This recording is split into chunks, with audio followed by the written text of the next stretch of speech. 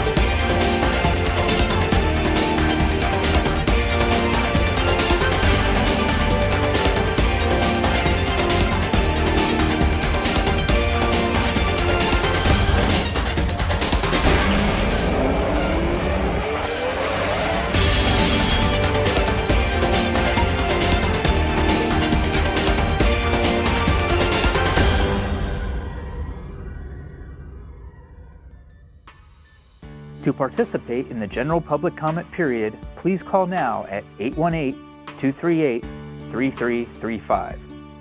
For any scheduled public hearings, please call when prompted to speak if you want the comment to be part of the record. Speaking times will be determined by the total number of public comment cards and callers in the queue at the start of each public comment period. For 1 to 20 total speakers, each speaker will receive up to 3 minutes. For 21 to 39 total speakers, each speaker will receive up to 2 minutes. And for 40 plus total speakers, each speaker will receive up to 1 minute. No additional comment cards or calls will be accepted once the public comment period begins. Interpreters are available for assistance with in-person public comment. Please connect with them if you are in need of services. Hay servicios de interpretación disponibles para asistir con los comentarios públicos en persona. Por favor, habla con un intérprete si necesita estos servicios. Եթե տեղում մեկնաբանություն եք անում թարգմանիչի կարիք ունեք, միացեք թարգմանչի հետ օգնության համար։ All right, good evening, everybody, and welcome to a joint meeting of the Burbank City Council with the successor agency, Housing Authority, Parking Authority, Public Financing Authority, and Youth Endowment Services Fund Board on Tuesday, September 9th, 2025. And in case you're wondering where all those people are, they're all us up here, every one of those boards. All right, today we're going to start the meeting. I have to say it's good to be back, and we're going to start our meeting with a moment of reflection. This moment is intended to begin our meeting with a positive and collective support for our beloved community. The City Council welcomes everyone joining us this evening. We encourage you to take a moment to reflect on our community and the work we will be doing tonight. Although each one of us has our own reasons for being here, we are united in our passion for our wonderful city. As we pause, let us consider our individual contributions and what they mean to those around us. Let us find solace in knowing that by working together with a shared spirit of community and partnership, we will always act responsibly for the betterment of Burbank.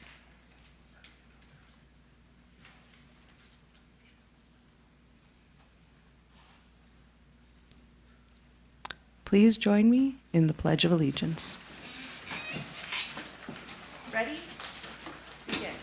I pledge allegiance to the flag of the United States of America and to the republic for which it stands, one nation under God, indivisible, with liberty and justice for all. Hello, Madam City Clerk. Good evening, Madam Mayor. Welcome back. Thank you. It's good to be back. Will you please conduct the roll? Surely. Councilmember Anthony? Present. Councilmember Mullins? Here. Councilmember Rosati? I'm here. Vice Mayor Takahashi? Here. And Mayor Perez. I am here too. Thank you. All right.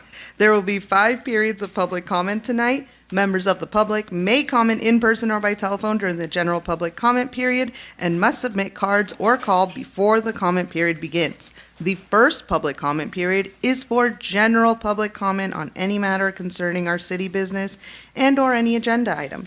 If you're here in person and you wish to speak during general public comment, you should have submitted, or you will submit, a yellow comment card to address the council right here to our wonderful city clerk.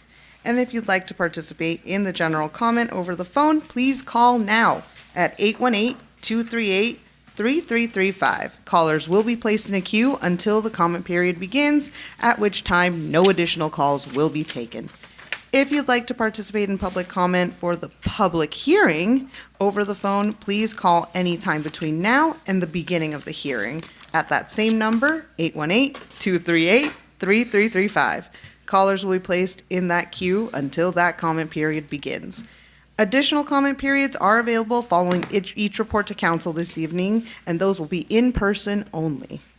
Interpreters are also available for assistance. Tonight we have Spanish interpretation only. Our Armenian interpreter is unavailable. We apologize for any inconvenience. Please do see them here in the front if you need any assistance with interpretation. And if I hear of nothing by the time our comment period begins, I will let them go home. All right.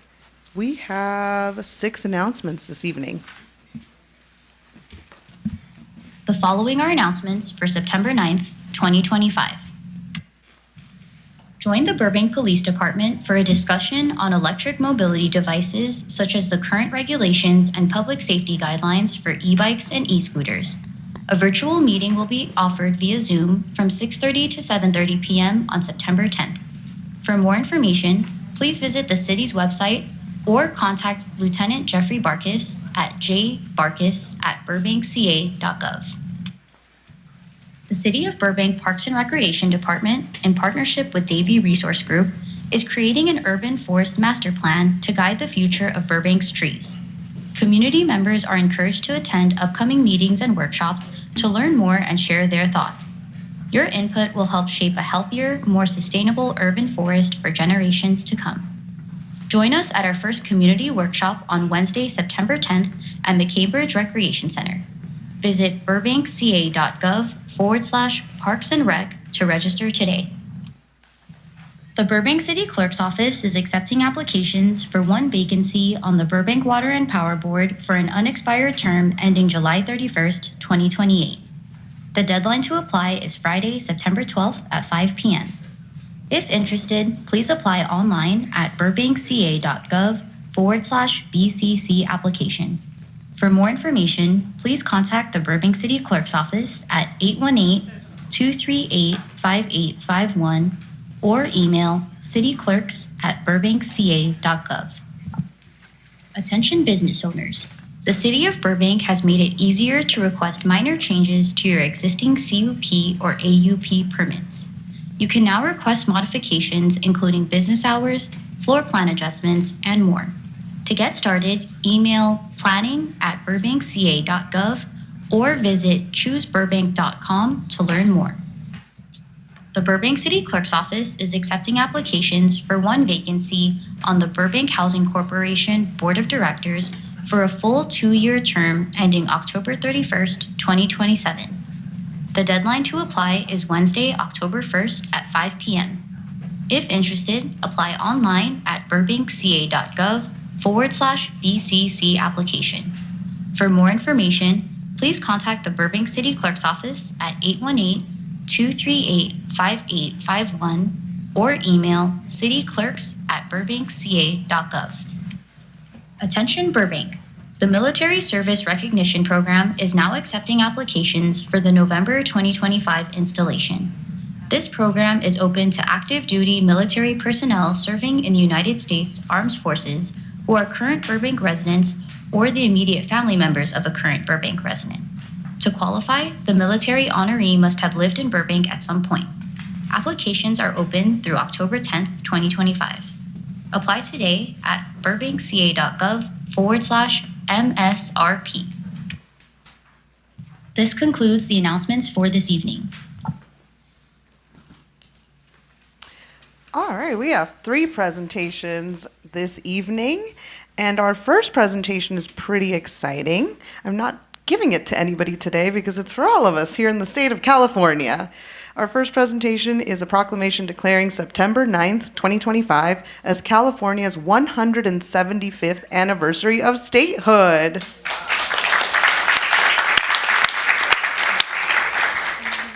And with that, oh, I love that. We have somebody waving the California flag in the audience. See, I heard there was a little bit of a suggestion that we bring somebody dressed as a California bear, but that was nixed. If you'd like to see that next year, please make public comment about that. All right, so California is celebrating 175 years, and we will be all celebrating through summer of 2026, when the United States will also be celebrating 250 years of being a country. And Governor Gavin Newsom is leading efforts to celebrate and highlight California's ingenuity and innovation, resilience, joy, and sense of belonging. That is the theme for this year's celebration, and you'll see things throughout all of our cities in California and throughout the state. And so now I will read a proclamation with a little more info about California. So whereas California's name comes from a 16th century romance novel written by the Spanish author Garcia Ordóñez de Montalvo, it described a mythical island called California. And whereas gold was discovered on the American River near Sacramento on January 24th, 1848, which led to a large influx of people and with it the need for a government, and whereas California sought statehood and debate ensued in the U.S. Congress around the balance of free and slave states, on September 9th, 1850, California was admitted to the Union as a free, non-slavery state, becoming the 31st state in the Union, a day known as Admission Day.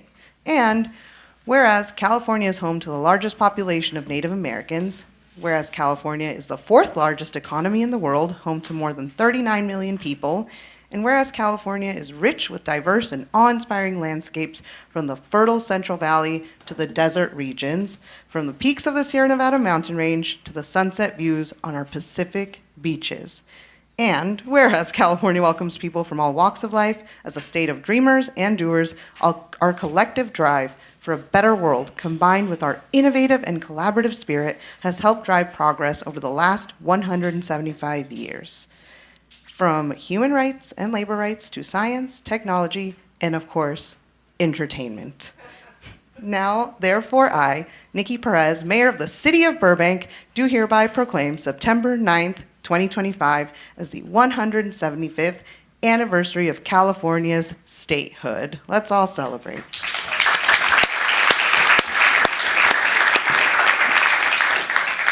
Thank you, everybody, and here's to another 175.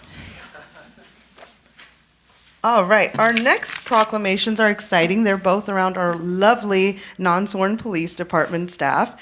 And our next presentation this evening is a presentation of a proclamation declaring September 14th through 20th, 2025 as National Forensic Science Week in the city of Burbank. At this time, I'd like to invite Raisa Ortega and Diana Cerda, forensic specialists in the police department, to join me at the podium.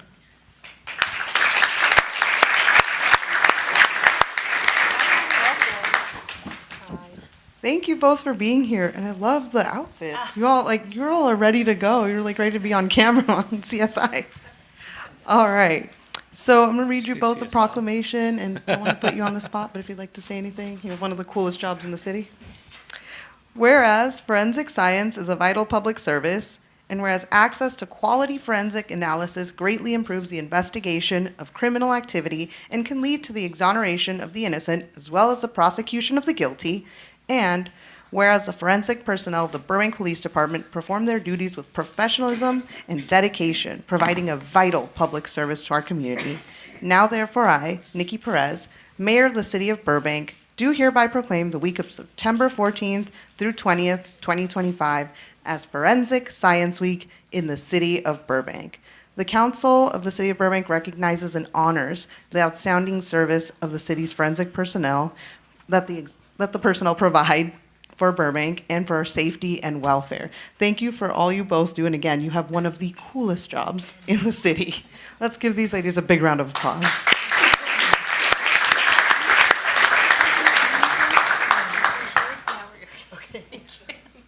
They don't want to say anything. They're keeping it all to themselves, the evidence.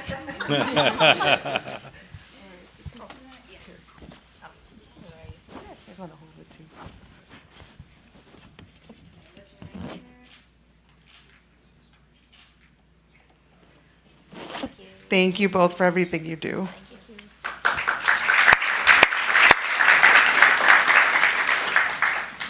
Alrighty, our next presentation this evening and our final presentation is a presentation of a proclamation declaring September 20th, 2025 as National Crime and Intelligence Analyst Appreciation Day in the city of Burbank.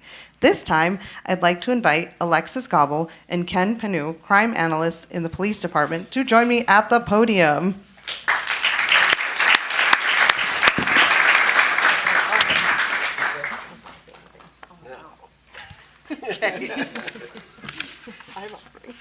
I love it. All right, and now I'm going to read another proclamation for these folks who also don't want to say anything because, fear under investigation. I'm kidding for the city attorney who is probably staring at me.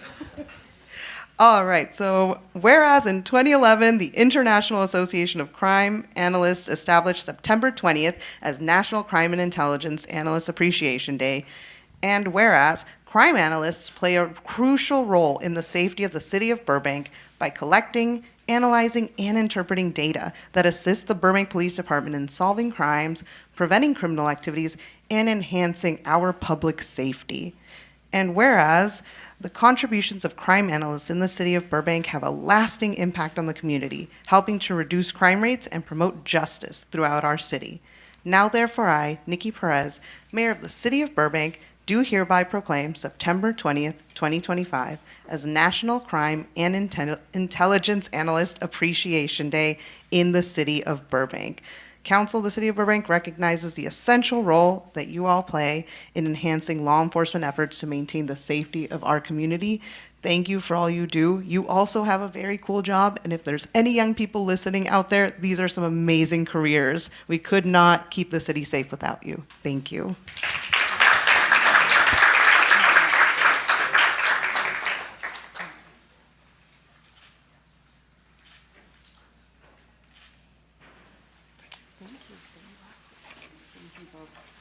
All right, let's give our non-sworn folks at PD a big round of applause. We could not do it without them. And that is our last presentation for this evening. Thank you, everybody. And Mr. City Manager, do you have anything to report? Yes, I do, Madam Mayor. Thank you. Good evening. Thank you. What I'd like to do is call upon our police chief to provide an update on a recently launched new program from the police department. It's called Community Connect, and I think you're going to like it. Good evening, Vice Mayor, Mayor, Council. Rafael Quintero, your police chief. I have the honor of introducing Joseph Rangel, our administrative analyst, who will give you a little bit of insight into what Community Connect is. Welcome, Mr. Rangel. Good to have you. Hi. Well, good evening, Mayor. Good evening, Vice Mayor, and members of the council. So my name is Joseph Rangel. I'm an administrative analyst at the police department. And so I'm here today to speak a bit about Community Connect. It's a program that the department launched last Tuesday. So you may ask yourself, what is Community Connect? Well, I'm here to answer that question for you. So Community Connect is a system that will improve how we communicate with community members following a request for police services. Burbank is the second city in the Los Angeles region to launch this program. And here's a little bit of how it works. So when someone calls our communication center and provides contact information, they will get a message within minutes confirming their call has been received and a response is on its way. Now, if there's a delay, Community Connect will automatically send an update notifying the caller of this. And once the call is closed out, a follow-up message will be sent with the general disposition and the incident number provided. Callers are free to opt out of this service at any time by replying with stop. So the same way you receive an automated message from any other service, just reply with that and they won't get them anymore. Now, when a report is taken, depending on the nature of the call, the victim may receive a message containing the name of the responding police officer and the corresponding report number. If a detective is assigned to the case, the system will send an automated message with contact information for the department's investigations bureau. One feature we're excited about is the brief automated survey the caller will receive once the call is closed. The 1 to 5 rating scale survey, with 5 being most satisfied, includes questions about the experience with the call taker, responding officer, and overall feedback of the police department. But wait, there's more. So all messages are also available in Spanish and Armenian. And the initial message includes a link to our Burbank 311 to connect callers with other city services. Please note that messages will not be sent in sensitive situations where a message could create a risk to the caller. Overall, this new program gives our community a direct way to provide feedback, helping us improve services and strengthen accountability. Thank you for your time. Thank you for that.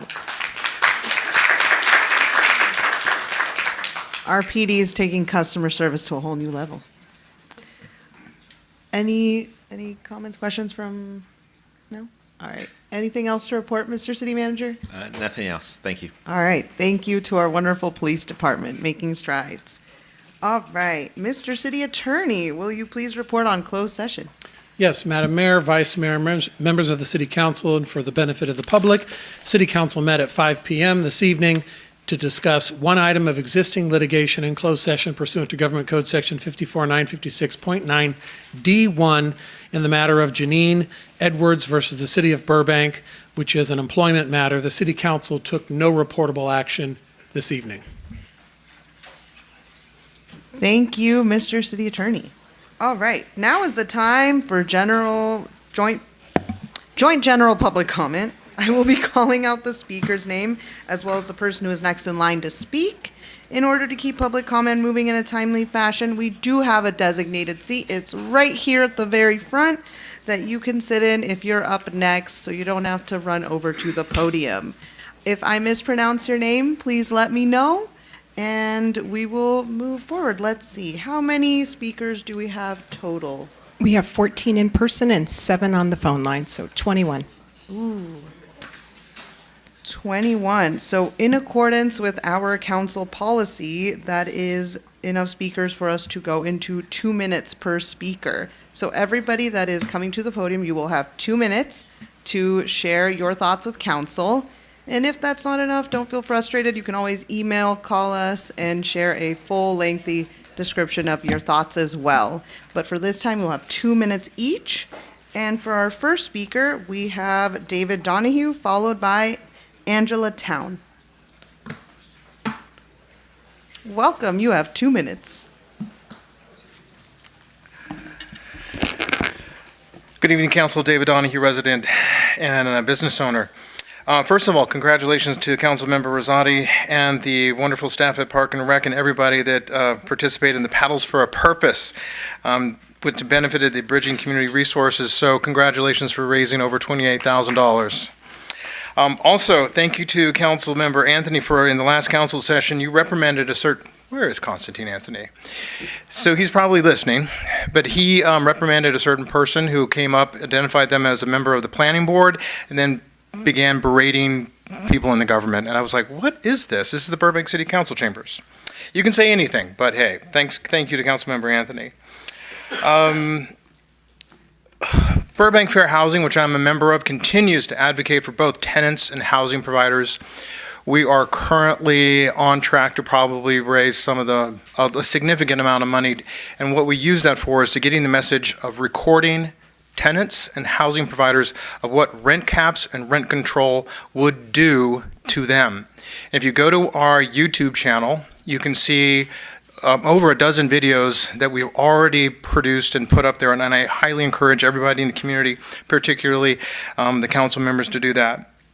Also, to the people in our community who have been advocating against SB 79. With the impending metro and the BRT coming through our community, it is my opinion and that of, I believe, the bill itself and the authors, is that it will create high-density housing all along those corridors, which would then take single-family residential communities and turn them into eligible for multi-level housing. So I appreciate the city's position against SB 79. Thank you very much. Have a good night. Thank you for your comment. Our next speaker is Angela Town, followed by Ron Bax. Welcome, you have 2 minutes. Hi, thank you. Good evening. My name is Angela Town. Our family has owned a home in Burbank since June of 2019, and we heard amazing things about the city, and honestly, our family has really loved living here. However, recently we've come across a pretty big disappointment. This began on March 14th of 2024 when winds were about 35 miles an hour on that early morning, and I woke up to a city tree, which is on the parkway in front of our home, on top of my car. which was parked on the street. This was a dead tree which I had called the city about replacing several months prior, and they had neglected to do so. So now the city's tree had damaged my car. I filed a police report, and I followed all the city's instruction on what was needed to file a claim. I went, got all the estimates around the repair to my vehicle, and submitted my claim a couple weeks later in April of 2024. I heard nothing back from the city regarding my claim for 6 months. So I heard back in October of 2024, only to get a notification saying that it was an active nature and they didn't feel responsibility for the damage.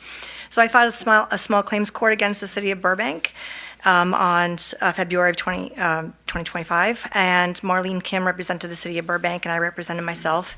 I presented all the evidence I had, and they said the verdict would be mailed in a few weeks. I found in April of 2025 that I was in favor. I won the case.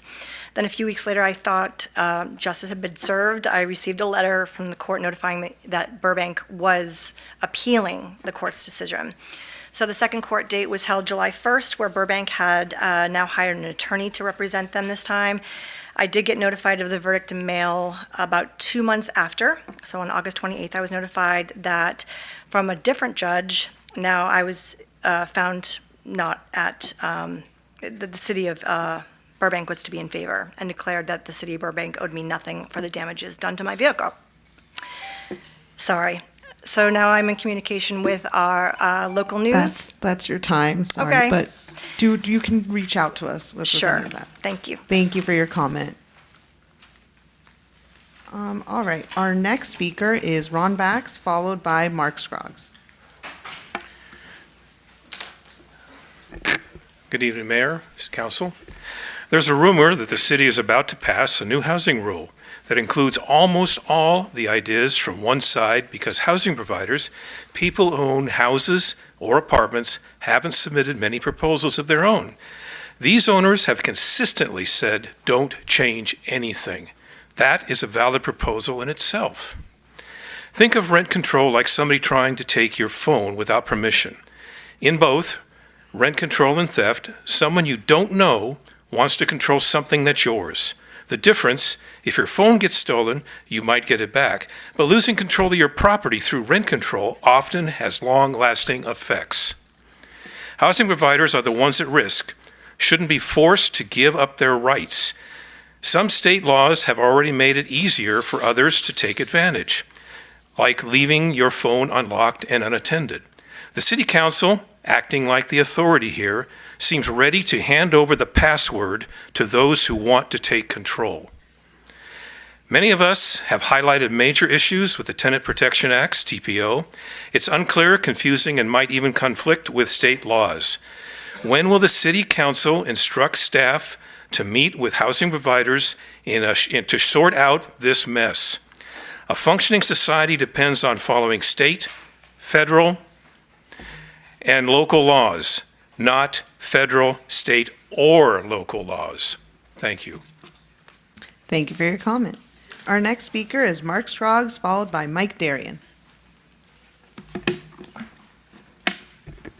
Good evening, everyone. Welcome back. I'm Mark Scroggs. First, my wife has asked me over and over to bring this up, and so I'm finally doing it.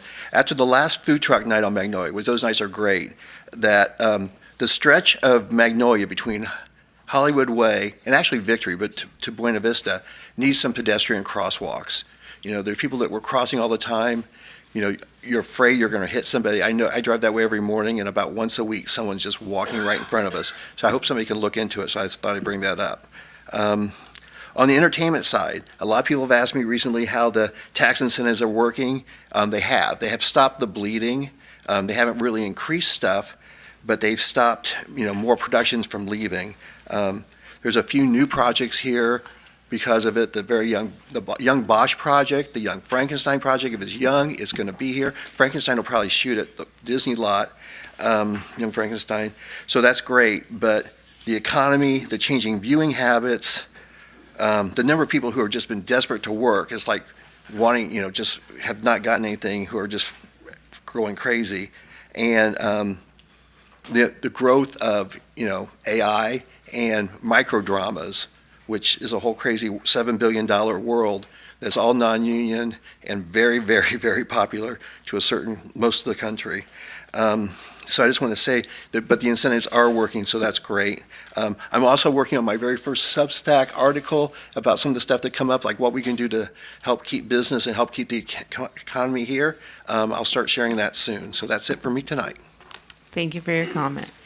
Our next speaker is Mike Darien, followed by Jamie Keyser. Good evening, council members. My name is Mike Darien. I'm a housing provider.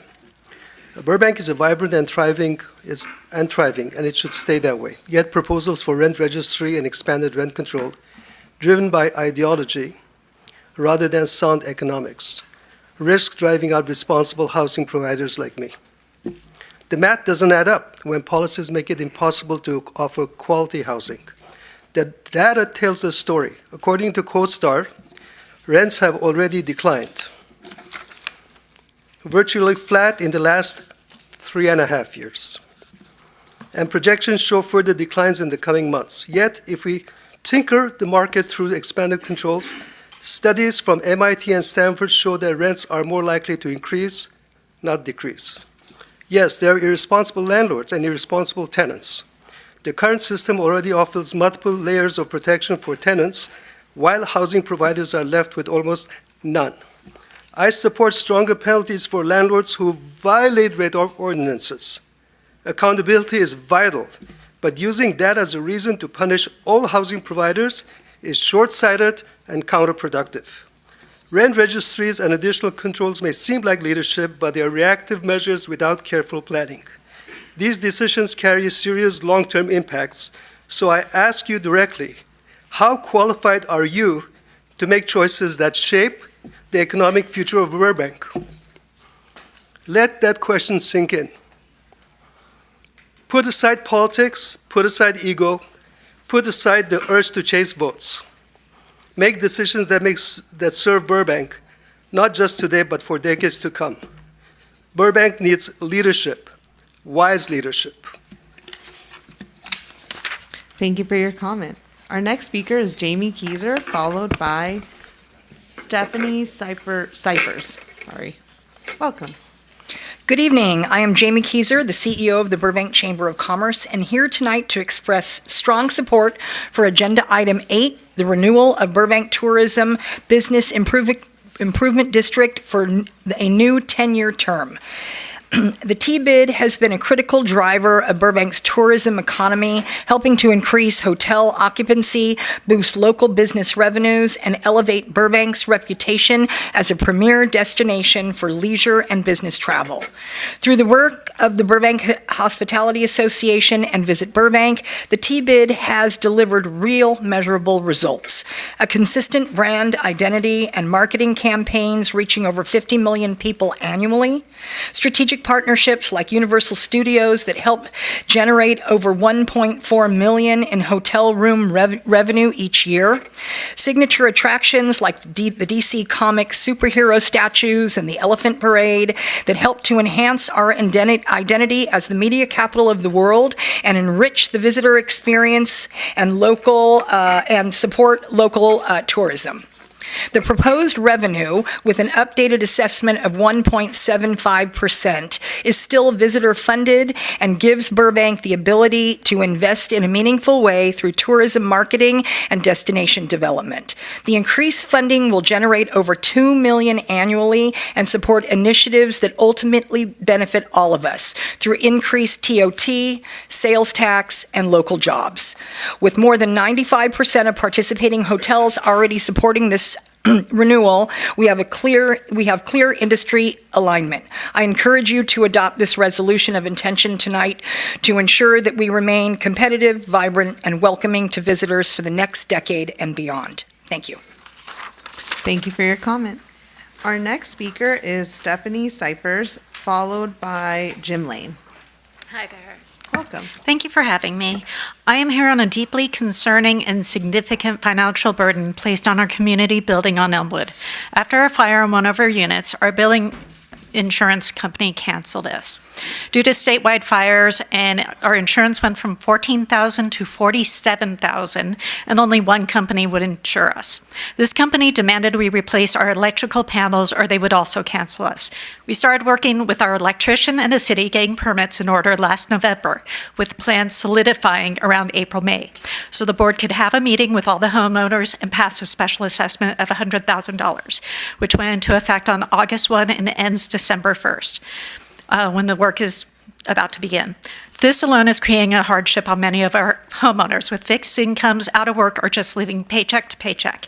Last Thursday, we got a call from the city of Burbank demanding $50,000 capacity charge fee, and when we're not increasing our amperage, and $12,000 to turn the electricity on and off, and they need this payment by December 1st in order for us to do the job. If we don't get this done, our insurance will be canceled. So, first of all, there was no transparency of the fee to us or our electrician.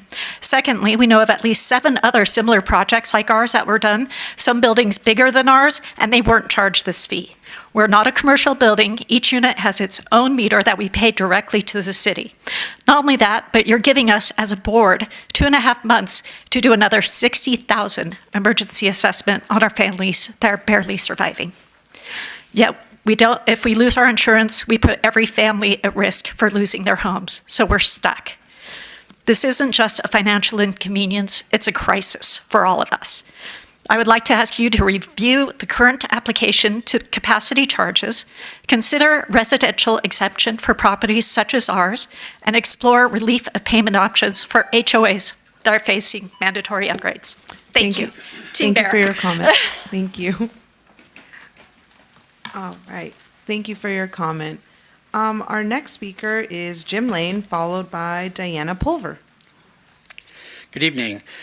2 meetings ago, Mr. Rosati and Ms. Mullins did not sign on to the letter that was in support of the No Vigilantes Act. Ms. Mullins said that the letter was symbolic and she was concerned that the feds would be withholding money from Burbank. Mr. Rosati referred to it as political virtue signaling and had no big impact. Excuse me.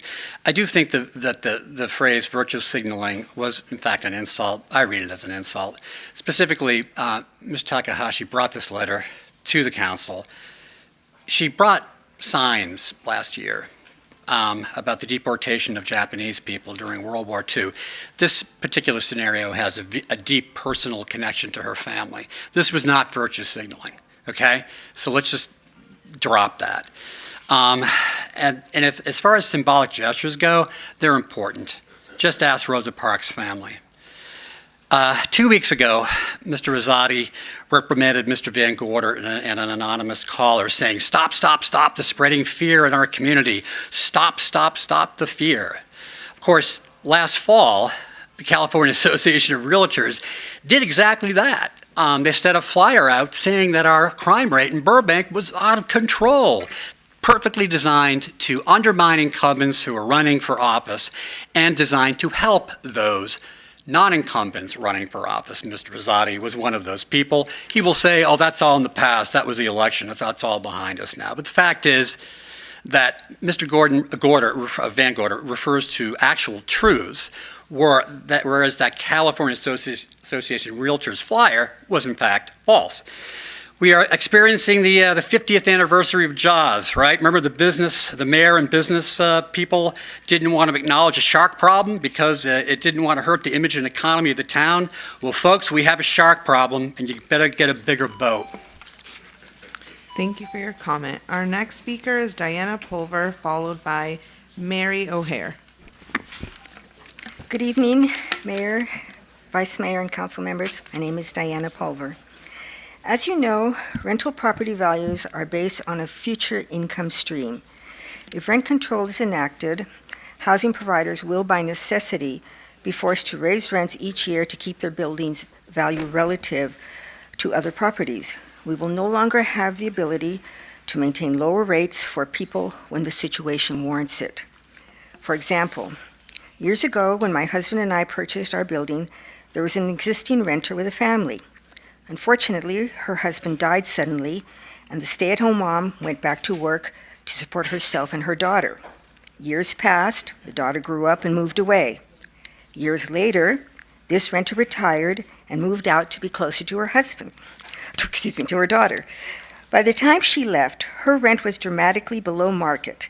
Had rent control been in place during her time with us, we would have been forced to give her the maximum increase each year in order to not harm our business and to maintain the value of our property.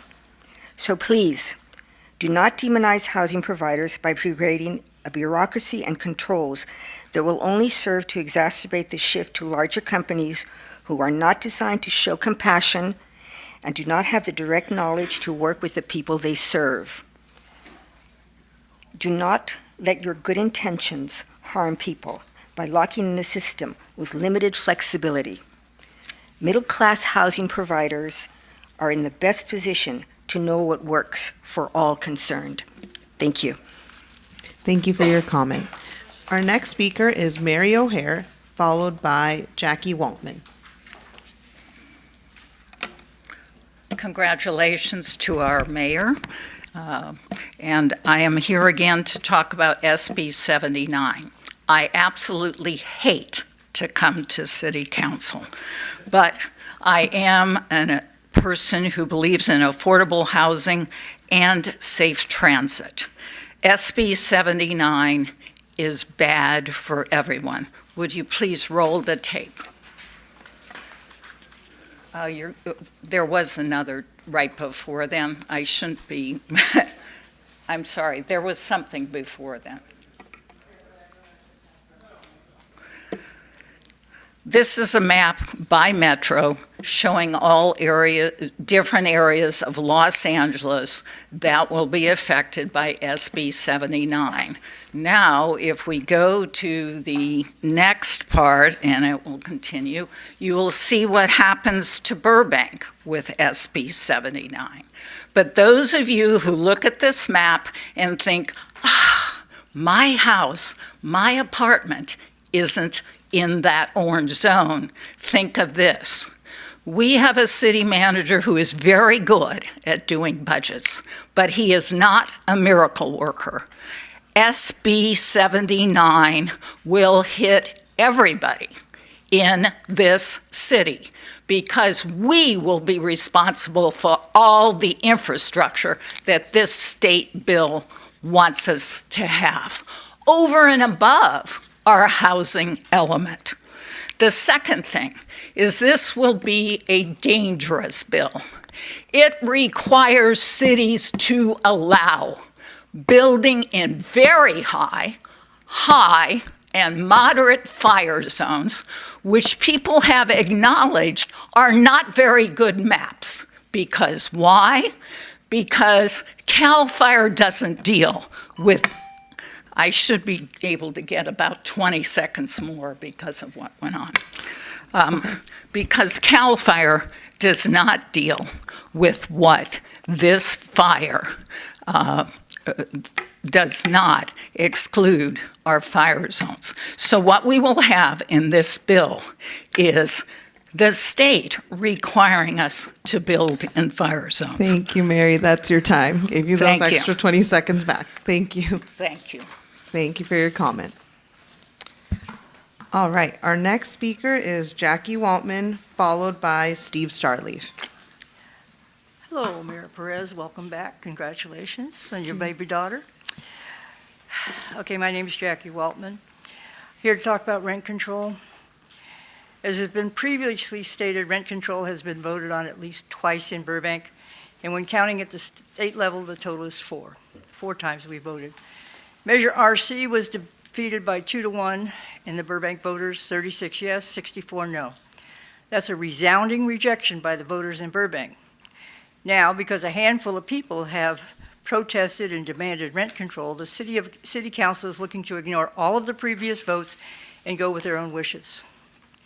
During the last vote on Measure RC regarding rent control in Burbank, all 5 of the city council members opposed. The sentiment at that time was rent control would be extremely expensive for the city, as will this current proposed ordinance. There is little doubt that a rent control ordinance will generate litigation for the city, especially in light of the current state law in place to regulate rent caps. At the time of Measure RC, our previous mayor, Nick Schultz, stated, and I'm quoting, "I believe State Assembly Bill 1482 already provides a framework that allows for the protection of our renters, including rent stabilization. As a council member, keeping tenants housed would be my absolute top priority, and I believe we can accomplish this with the current state law," end quote. At the time of the last vote on rent control, Measure RC was opposed by a large coalition including every Burbank City Council member, local residents, local business owners, local realtors, and small housing providers across the city. This proposed city ordinance on rent caps and rent registry is an underhanded way to get around what the voters have previously expressed as their will. City council members who disregard what the voters want will not be held in high regard for disrespecting the democratic process. We are seeing enough of that in other areas of our country. Burbank doesn't need 3 dictators. This ordinance is what the 3 of you want. Thank you for your comment. Right on the money. Our next speaker is Steve Starley, followed by Paul Dorigo. Good evening, Madam Mayor, Madam Vice Mayor, members of the staff, members of the public watching. I appreciate it, appreciate the time. I'm here to say that we had a smashing success with Paddles for a Purpose. I want to bring the check up that we were able to generate $28,000 last Sunday, and I want to thank all the members of the council. The city manager came out, the assistant city manager, park and recreation director. I know Marissa Garcia, I saw her here earlier. I've got a wonderful relationship with the city staff. Here's the check. I want everybody to see that. It was a tremendous success. And I want to thank Councilmember Anthony for for remembering BCR. We've been working with them for 25 years. Their kids came over today at no charge and used the tennis center. Thank you for having that, the genesis, the idea. Thank you for Councilmember Rosati putting in so much work, and all of you. And Madam Vice Mayor, I want to thank you for coming to the Down Syndrome Academy a few months ago out in June, and you spent a couple hours there. Last year, Mayor Nikki Perez spent a couple hours seeing the kids and hitting with the kids. It makes a tremendous impact when the city council supports the event. It raises the profile. It's a fantastic event, that event as well. But the Paddles for a Purpose, we want to do it next year when you guys can decide who the fundraiser is. I want to quickly say this was a big success. This was the $25 challenge to take on the city council members. Council member Suzette Mullins was quite a pickleball player. I'm not so sure about council members Rosati and Anthony. We'll let that go. But they played along. It was great. Madam Mayor, I promised to get her out in 20 minutes. She said, "Don't worry, Steve, I can stay." It was so kind of you to stay, having just had given birth. That was so nice of you. And you've always given so much time out there, all the nonprofits that we work with. And I learned a lot from Mr. Rosati about backfilling the city. Thank you. Thank you for your comment. And congrats to BCR. It was a pleasure. Can confirm, Councilor Mullins, you're quite the pickleball player. The rest of us need to catch up. Our next speaker is Paul Dorigo, followed by Elizabeth Bax. Hi there, everyone. I have several issues. I'll be quick. I've requested town hall meetings a few times. We've talked about it here. I think we agreed to do them. My request is to do them every quarter so people can really have time to articulate their views. Yesterday, I had a 2-hour meeting with the district attorney's office downtown, and some of the data that I presented was 65% of the animals that come into the shelters in LA County and city, it affects us, don't have any ID. So naturally, of course, there's these animals languishing in the shelter, and if somebody's interested in helping out this shelter, please go foster and adopt or adopt from the shelter, just help alleviate. By the way, the Burbank shelter is very outdated. So if that's something that we can keep on our radar too, to see how we can update the shelter. No on AB 50, no on AB 79. If we can lower our city sales tax from 10 1/4 to a much lower number, we could help our local merchants do better with sales. And also collect our own rainwater. I'd like the city attorney to kind of look at that again and see why we can't. We can do it up from Wildwood Park. There's a big collection area up there. I can't see how that's legal for a county to tell a city not to collect its own water. It's an act of God. There's something called diversion which if somebody's mentally ill, there's somebody who hung a dog and burned it alive, and they were set off the hook because of this bill that we passed that allows them because they're mentally ill. That person can now go adopt a dog again because of diversion. We need to look at the ways we pass some of these bills and what the cost is going to be so we can see what's happening with some of our appeasing to people who are mentally ill. People get killed, or as we saw in North Carolina. And lastly, sadly, I watched a video with Constantine. I'm just wondering, how's that investigation going and when are we going to get a response on that? Thank you. Thank you for your comment. Our next speaker is Elizabeth Bax, and that is my last speaker card. Hello, City Council and City staff. I'm Elizabeth Bax. BWP, as did the housing providers, worked with financially struggling tenants during COVID and its hard in economic times. But now BWP is cutting off service to those who can't pay, while you, the council, are demanding that housing providers permanently subsidize renters. All renters, no matter their situation. That's not fairness, that's punishment. 100% punishment for a 0.03 problem. How is that fairness? Yes, I'm surprised to hear this. You have a better option. You had it all along. Target help to those who truly need. Your own HALA program showed it can be done effectively, compassionately, without damaging housing market. Subsidize those who are truly in need and worthy of help. Your program with HALA proved it to be simple, effective, and did not disrupt the housing market. What are you considering with what you are considering with rent caps and a rent registry that will have a significant negative economic impact? This is government overreach. It will hurt small property owners. It will distort the market, and it doesn't really solve the problem. Thank you very much. Thank you for your comment. Madam Mayor, if I may, we have a guest in the audience that wasn't aware of the filling out the card policy, so he would like to present a certificate of appreciation. His name is Edward Parker. He's in the audience. If you could wave, Mr. Parker. He's the Executive Director for Bridge and Community Resources. I'll hand that up. All right. I'm looking at the city attorney. He's saying we're good to go, so It's I'll allow the it. mayor's discretion. I will allow it. Feel free.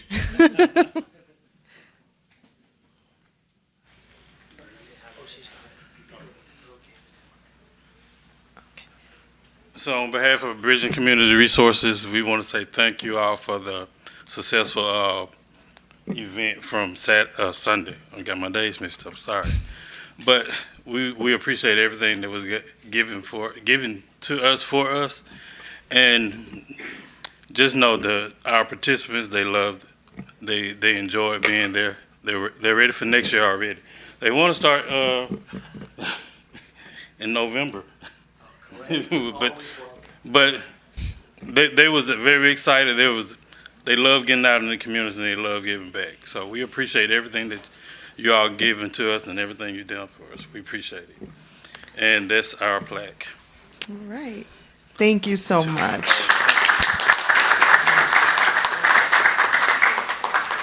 Thank you, Mr. Parker. We appreciate it. And I'll hand this off to folks here at the city. This is much for you all as it is for us. And November gives us plenty of time to practice, right, y'all? All right. Note taken. Let's go to the phones. The first caller is Allison Thomas.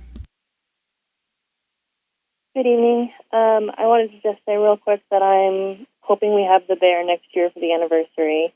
But I'm calling in to reiterate what Stephanie Cipher said about capacity charges for condominiums here in Burbank. Our condominium has been unexpectedly slammed with a $50,000 charge from the city to do a mandatory repair. We're hoping to find a way for there to be revision to how condominiums are classified for the Burbank Water and Power capacity charge and related service fees It's not a commercial business. It's not a commercial location. It's single-family homes that happen to be in one building. So we should be charged the same way they would be, which is not at all.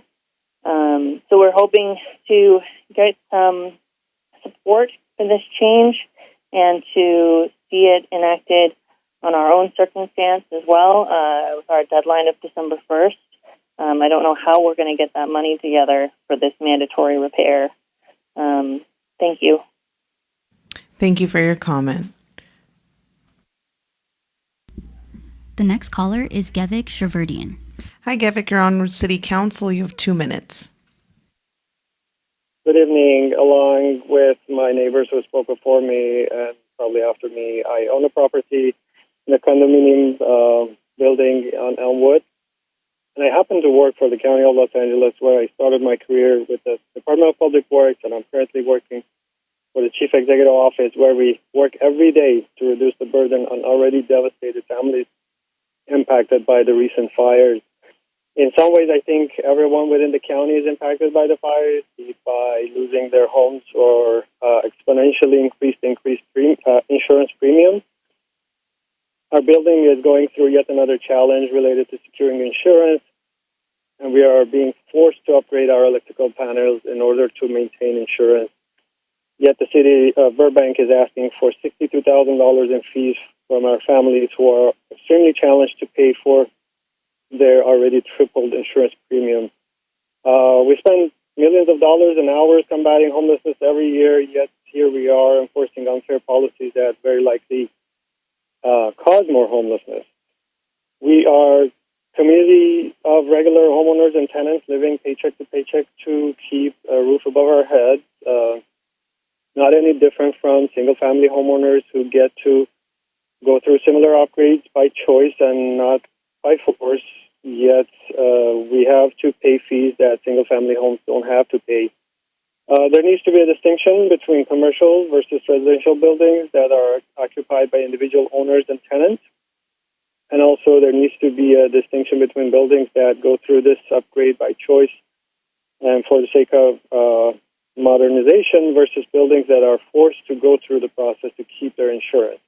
I respectfully urge you to exempt our building from the $62,000 cost and help us keep our insurance before something devastating happens.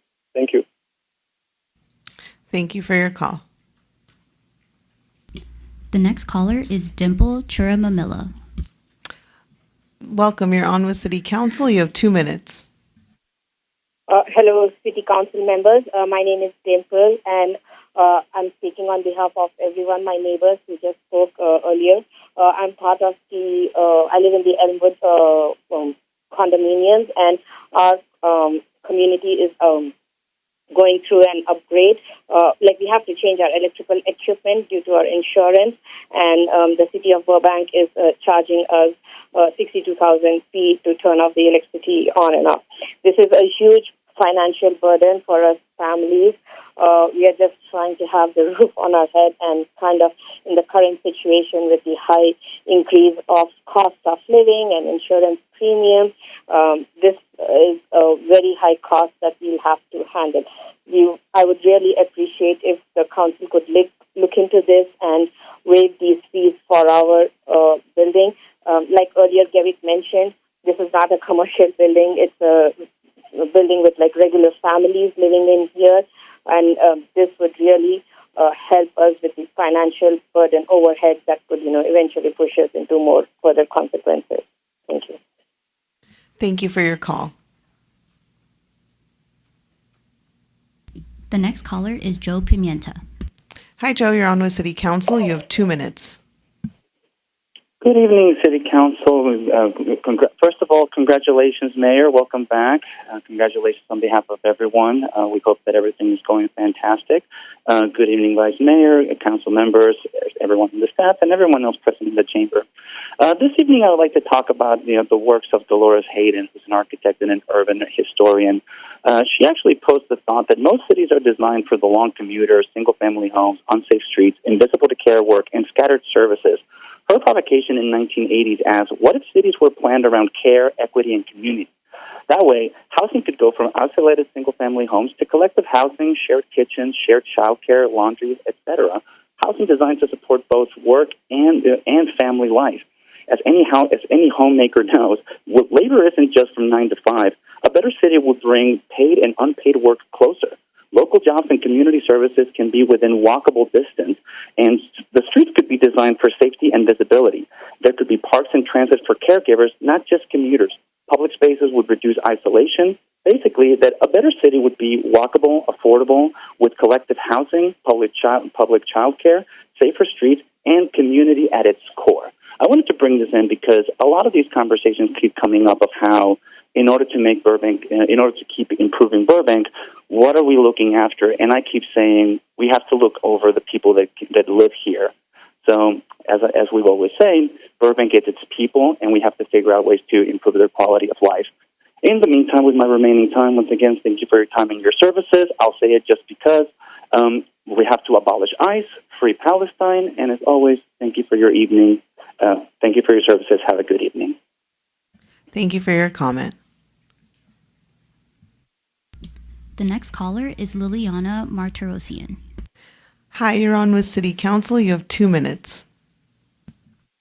Good evening, council members. My name is Liliana Martirosian, and I live in the Elmwood Villas. Stephanie, Allison, Dimple, and Gevik have all gone on, and I know more are going to come to talk to you about our beautiful Elmwood Villas.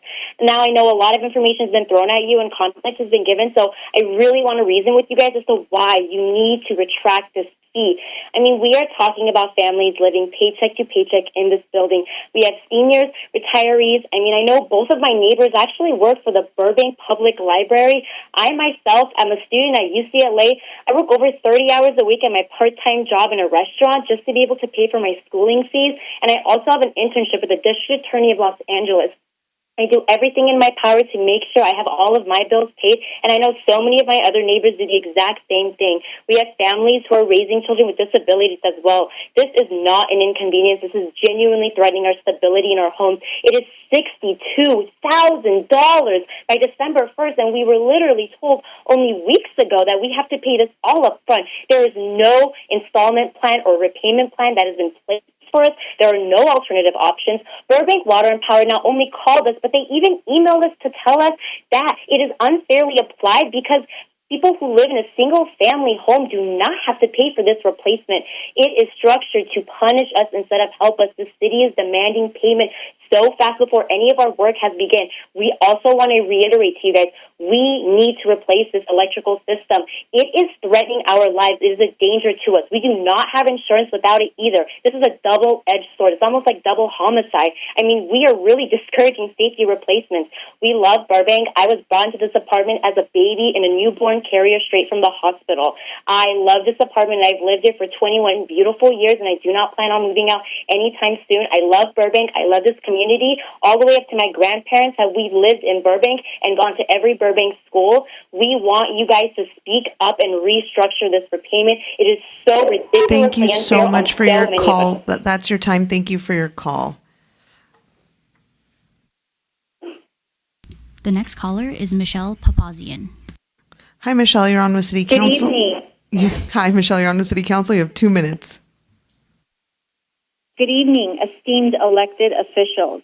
On behalf of the Board of Directors and the 21 families who reside at Elmwood Villas, I'm here to ask you for relief from the $62,000 in charges assessed by Burbank Water and Power for our mandatory electrical panel replacement. This includes a $50,000 capacity charge and a $12,000 charge just to turn the electricity on and off in a single day. We fully understand the importance of maintaining a reliable power grid and ensuring infrastructure keeps pace with demand. However, in this case, these changes are placing an extraordinary and inequitable burden on our homeowners. Here are 4 key facts that you need to know. Number 1, we are residential, not commercial. Our building has 21 individually metered units. Every homeowner pays their bill directly to Burbank Water and Power, just like single-family homes. Yet, we're being charged like a commercial enterprise. This is not equitable. This is not elective work, nor is it an upgrade. We already have an existing substation. This work is basically like-for-like change required for safety purposes as mandated by our insurance carrier and needed to be completed by December, or we lose coverage. Families are under severe financial strain. The panel replacement itself costs over $100,000. Our insurance premiums have tripled from $14,000 to $47,000 annually. Adding $62,000 in Burbank water and power fees is unsustainable for middle-class families already paying taxes, mortgage, and utility bills. Burbank Water and Power communicated this to us very late in the process. We've had no opportunity to plan or budget. Families deserve transparency when costs of this magnitude affect housing affordability. Thank you for your comment. That's your time. The next caller is Hovik Kikishian. Hi, Hovik. You're on the City Council. You have 2 minutes. Hello, council members. My name is Hovik Kikishian. I'm calling in regards to the Elmwood property condominium fees. I just wanted to point out a couple of real estate laws. As far as I understand, 1 to 4 units are considered to be residential property. Anything over 5 units is commercial. So we're living in a condominium property which is owned by individuals. So this law or the fee that you have put, I believe it's a violation of real estate law. If you don't impose it on single family homes, why should it be imposed on condominium owners? I just wanted to point out that we're not a commercial property and we're just a regular residential property owners. That's all. Thank you very much. Thank you for your call. That was our last caller, Madam Mayor. Thank you so much, Madam City Clerk. We will now move on to, there being no further public comment, I now declare the public comment period closed. And we will now move on to a brief response from City Council, the City Manager, and or the City Attorney. I will start with staff. Do we have any responses to comment? Sure. Thank you, Madam Mayor. I have 3 items I want to address. First of all, as far as with respect to pedestrian crosswalks, in particular on Magnolia, if you recall, we just passed our Safer Streets program. So there are some signalized crosswalks and other crosswalks that are actually included in the plan. So we'll be looking at that as far as between Magnolia and Buena Vista. So that is something that the council has already proactively are working on. The other thing, as far as town halls, what I could say right now is you have a very busy agenda coming up for the rest of the year. So you got things like rent control, specific plans, BRT. Not only that, you have other events like State of the School, State of the City, Boards and Commissions event. So there's a lot going on for the year. If you were to look at doing something as far as town halls and wanted to kind of put that into the plan, what I would recommend is at the end of the year, when we go look at our calendar for the upcoming year as far as council meetings and other events, is if I would incorporate, if you wanted to do that, that's the opportunity to incorporate those, because those do take effort. Those are they may have some resources there as far as cost and resource driven. So I'd recommend doing that when we come back with our annual schedule as far as our council schedule. And then the other thing is, as far as the capacity charge, I'd like to call up representative from BWP, Mr. Riyadh Selman, to talk about that. Welcome. Thank you. And for folks who are calling in about the Elmwood Apartments, this is your response. Good evening, council members. Riyadh Slayman, Chief AGM for Burbank Water and Power. So just a little primer on the capacity charge. Several years ago, while we were passing the electric rates, the very high electric rates, we identified the capacity charge as a resolution to just the increased cost of substations, right? The substations that cost us $15 million is now costing $41 million. And so a very equitable way to be able to allocate that charge would be through a capacity charge, where as you're building capacity through your panel, you're able to, depending on your panel size, pay that equivalent impact on the system. And so this was implemented in 2023, and since then, the capacity charge has collected enough to offset around 2.5% of electric rates in the city. So in the last 2 years, what we collected is a total of 5%, which is about 2.5% of offset. So that means every ratepayer is seeing that impact, and that was the point. The point was for ratepayers not to subsidize, higher density developments.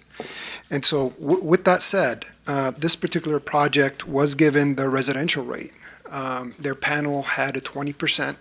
So if you look at the rules and regs that were passed 2 years ago, residential have a 20% demand factor and commercial has 65% demand factor.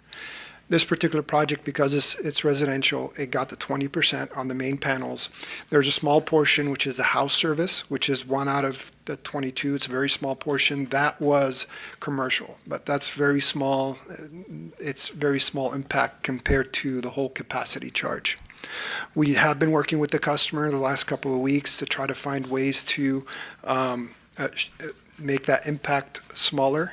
And there is room in there for credit based on their existing panel and the life of their panel. And so this building was built in 1980. And so they still had out of 60 years, they had 15 years left. So we took that out of the panel, which is there in the rules and regs for these instances. So instead of the 49,000 capacity charge, it went down to 36,000. And again, these are offered for everyone that had a panel that's less than 60 years old. Whatever that you have left of that 60, you're able to get that credit back. As far as being told late, typically when a developer comes in and they want to build or replace a panel, they need to get an electric permit. For them to get an electric permit, they need to get a confirmation of service from BWP. That's where the charges are put in. So they were notified just like anyone else was notified when they start the project. Before they pull a permit, they're able to get that confirmation of service from BWP and the charge is right on there. Thank you for that. I know this is not a discussion item tonight. It's not on the agenda, so we can't go too deep. Mr. City Attorney, would it be okay to ask one clarifying question from one of our council members? Sure. Councilmember Rosati, brief. I just can't do it in one question. I have a lot of questions about this. So this would be a return agenda item? Yeah. Clearly, there's a lot of people interested, so we can't turn this into... One question, was this one of those recalled panels like Standard Pacific or one of those? My understanding it was. I knew it. All right. Okay. I got it. Not gonna lie, I gave it to the person who has the intel on real estate. So clearly this is a longer discussion. It is obviously not the end of this, but I know you folks understand and the folks at home who called it understand we can't go into any kind of deliberation since it's not agendized and it's not fair to the public. But we'd love to hear from you. I think I speak for all my colleagues. I see the interest in hearing more about the situation and sit down with you and talk to you and also potentially bring something back in the future. But thank you for giving us the very brief overview during the response. Mr. City Attorney. Yes. For the woman who had her car damaged by the tree, we believe the small claims court misapplied the law, which is why my office appealed the ruling, and we believe that the court hearing on appeal properly applied the law with regard to the city's lack of notice of any dangerous condition. And that decision basically speaks for itself. With regard to Mr. Dorigo's question about rainwater capture, stormwater regulation, modern stormwater regulation, including the city's regulations and the municipal storm separate MS4 permit.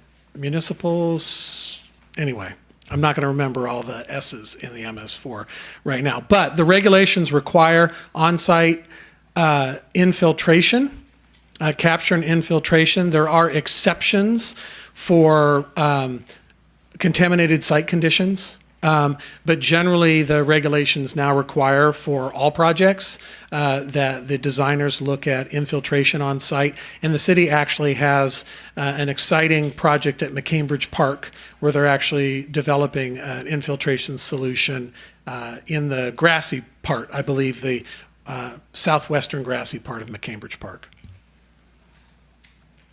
Thank you, Mr. City Attorney. And I'm going to turn it over to my colleagues for a response to public comment, but I did want to mention one thing for the folks who came for the Elmwood, sorry, I said apartments earlier, the condos. For you folks, you can also email all 5 of us directly at citycouncil@burbankca.gov. You'll hit all 5 of us. Okay. Or you can email us individually. And I mean, for you guys and the folks in the ether who called in and want to share a little bit more. Okay. Who would like to? Councilman Rosati, I looked at you. Just picking up on that, this is going on around our city regarding the electrical panels and also roofs. So everyone's looking for relief. I have a lot of questions about the capacity, increased capacity, so I'll be asking those questions, and then maybe we can relay that back, at a later date. But I feel for you.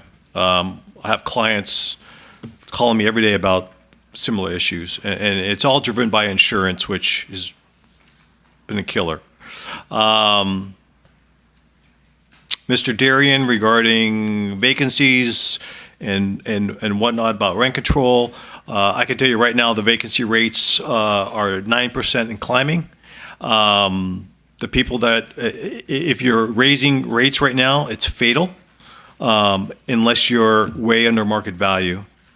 Mr. Starleaf, you knocked it out of the park. You really did. It was a phenomenal event. Your staff did a great job. And Mr. Parker, like I said at the event, you guys do God's work, and I just want to thank all of our council members for supporting it. It was just an uplifting day, and I'm just so happy it all was positive. So thank you for coming. Mr. Lane, still upset about the election. The election is over. Regarding independent expenditures, I have no idea what those were about or who was involved in that, so you can look on the flyers and talk to those people.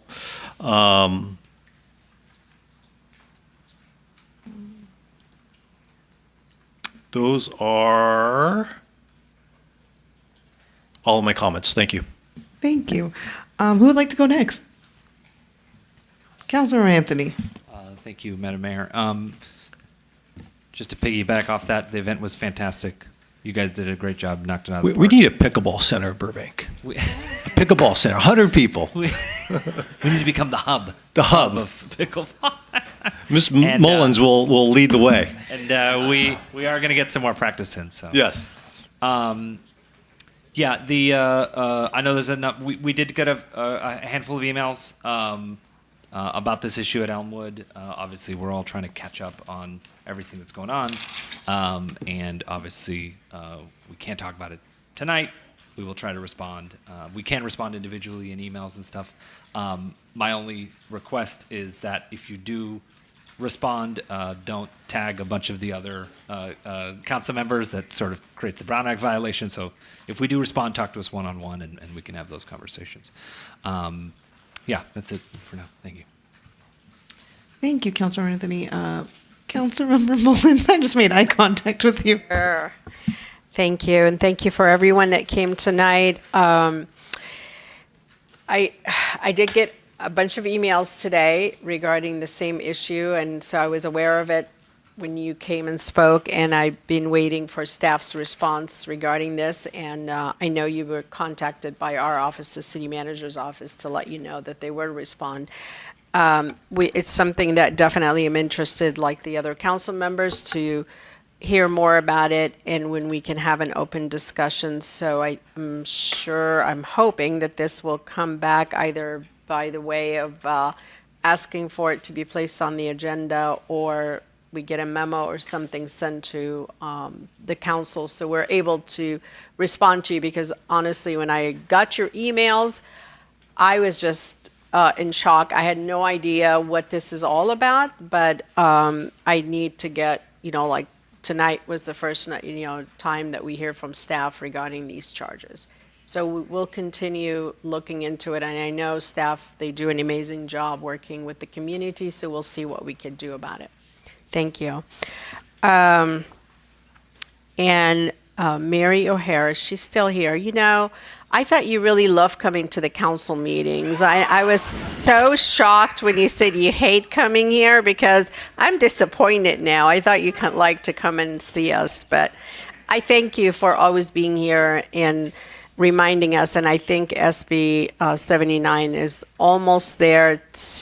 I'm afraid to say it might pass, yes. So let's keep our fingers crossed that it doesn't. Jackie, thank you so much for always coming in and reminding us about what's the right thing to do, and letting us hear from you. That along with also Mike and Diane, and always coming in to remind us, Ron and everyone else here in the room, Liz, everybody else here that came and spoke tonight. Steve, what can I say? You just threw me on that court and said you need to go out there and play. So I had an amazing time. First time to actually hold a pickleball and play, but I loved it, and I think you're going to see more of me coming out there. So yes, I really like it. I do not believe that. I liked it. I had a good time. If she bets any of you and gambles, don't put money down. As far as the other speakers, Angela, you heard from the city attorney. Unfortunately, it is an act of God, and I'm sorry that I'm so sorry. You know what? And I feel your pain, because the same thing happened to me. So I've been in your situation before. But unfortunately, the rules are the rules as far as the act of God. Let's see, I have everyone else, other agenda items that we're going to talk about later, but I think those are all my comments. Thank you, everyone who came. Thank you. Hi, everybody. It's good to be back. Thank you all who spoke today, and thank you for the congrats. And I just want to say on behalf of my family, we just appreciate all the warmth and kindness from the entire Burbank community, from all of my colleagues here, from lists of baby items that we need, hand-me-downs, from suggestions, from advice. All of you have been so wonderful through the whole 9 months, and I'm happy that we now have a lovely big baby girl at home. She's amazing. We love her. Thank you. And so I'm happy to be back. I'm happy to hear all of you tonight in your public comments. And thank you for those. Thank you to everybody that's come down. And I'm excited to see you all again. I'm glad staff responded to all of you. I'm sorry I haven't seen the email yet. Have a newborn at home. And it came in today. So in a couple days, I will definitely have read those and responded back. And the only other thing I will say is congrats again to our folks in PD. Those forensics and the intelligence folks often go unnoticed, and they're doing an amazing job, them and our entire police department. So thank you to all of those folks. Thank you to everybody, and it's good to be back. All right, let's move along. What? Oh my God, how did I forget you? You know what it is? These guys make eye contact with me when they're ready to go, and you've been turning away. So I let it go for a second, but sorry, go for it, Vice Mayor. No worries. I didn't have a whole lot to say, so I was debating whether to say something or not. But just generally, thank you, Madam Mayor. Thank you to all who came out to speak. Thank you those who emailed us and contacted us since the last meeting, and those who called tonight. I echo the sentiments that the other council members have already mentioned, so similar sentiments. And I wanted to echo, especially with the Elmwood folks, that this is early on in the process for us learning what's going on. So I'm really looking forward to hearing more about what's happening and becoming educated and seeing what we can do. And then just also got to echo the folks, BCR, and the folks, Mr. Starleaf and your team. Just congratulations on a wonderful event, and just appreciate everything that you do in our community. And you mentioned having done the tour, and how many years you've been helping us in the city and involved in the city. Just appreciate everything that you've done and everyone on the team, everything that you do. So thank you. But everybody, thank you for coming out. And I appreciate you drawing attention to and speaking on topics that are important to you. It's important for us to hear from you about what's important to you. Thank you. Thank you, Madam Mayor. Thank you. Sorry, Madam Vice Mayor. Sure. But I was just wondering, there is a bit of urgency on the Elwood thing because of insurance being dropped and timeframes. I was wondering if maybe these folks could meet with our staff and then you could talk about the deadlines. Maybe we can get an update tomorrow as to what can be done, because there is a lot of urgency to this. Yeah, I think BWP staff has been working with them. We'll continue to work with them and provide an update to you later this week, if that works. That'd be great. Okay. And if they have any questions right now, I think Riyadh is here and can step offline and answer any urgent questions. Thank you for that. And I'll just say thank you to the folks from the tennis center too. Sorry, Steve, I totally forgot to say something there, but it was a great event, and I promise I will not have the excuse of I am not cleared for exercise next time. That was a lovely excuse this year. All right. Thank you, everybody. And now we're moving on to the consent calendar. The consent calendar may be enacted in one motion. And Madam City Clerk, please read the items on consent. Thank you, Madam Mayor. This evening, we have 8 items on consent. Item 1 is approval of the City Council minutes of the joint meeting of August 26, 2025, and the dark meeting of September 2nd, 2025. Item 2 is approval of the successor agency minutes of the joint meeting of June 3rd, 2025. Item 3 is approval of the Housing Authority minutes of the joint meeting of August 26, 2025. Item 4 is approval of the Parking Authority minutes of the joint meeting of August 26, 2025. Item 5 is approval of the Public Financing Authority minutes of the joint meeting of February 25th, 2025. Item 6 is approval of the Youth Endowment Services Fund Board minutes of the joint meeting of February 25th, 2025. Item 7 is adoption of an ordinance to amend and restate Title II, Chapter 1, Article 3, Divisions 309 and 310 of the Burbank Municipal Code to establish the authority of the Chief of Police and the Fire Chief to execute operational mutual aid and cooperative agreements with other governmental agencies. And item 8 is adoption of a resolution of intention to renew the Burbank Tourism Business Improvement District and set a public meeting and hearing. Thank you. Thank you, Madam City Clerk. Do we have a motion? I make a motion to approve the consent as it was read. I'll second. All right, motion and a second. Let's vote.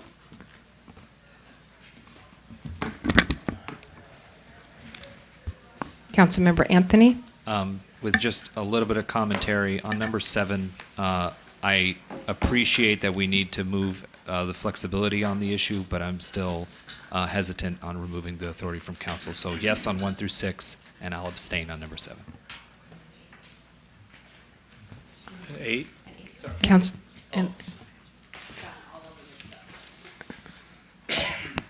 Sorry. Yes on 1 through 7, abstain on number 8.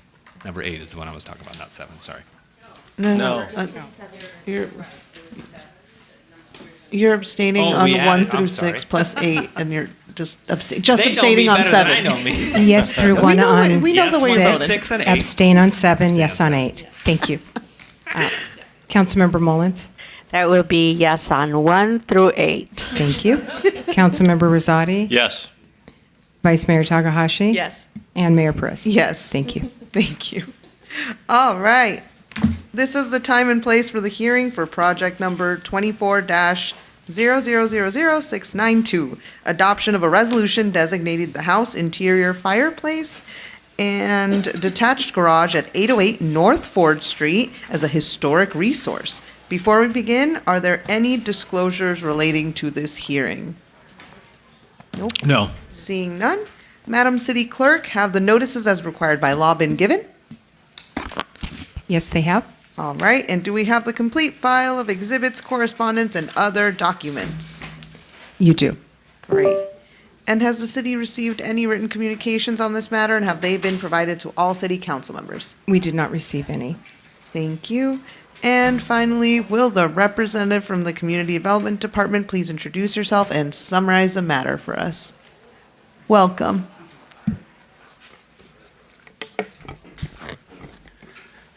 Good evening, Mayor Perez, Vice Mayor Takahashi, and members of the City Council.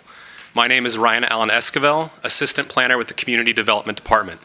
The item before you this evening is a request to designate the house at 808 North Ford Street as a historic resource. May I please have the presentation? Oh, it's already up. Perfect. The owner of 808 North Ford Street, Mr. Anselmo, a professional voice actor for the Walt Disney Company and the voice for the popular character Donald Duck for the past 40 years, submitted the request to designate the exterior and portions of the interior of the subject building as a historic resource. The property is located between Magnolia Boulevard and Clark Avenue and was constructed in 1936.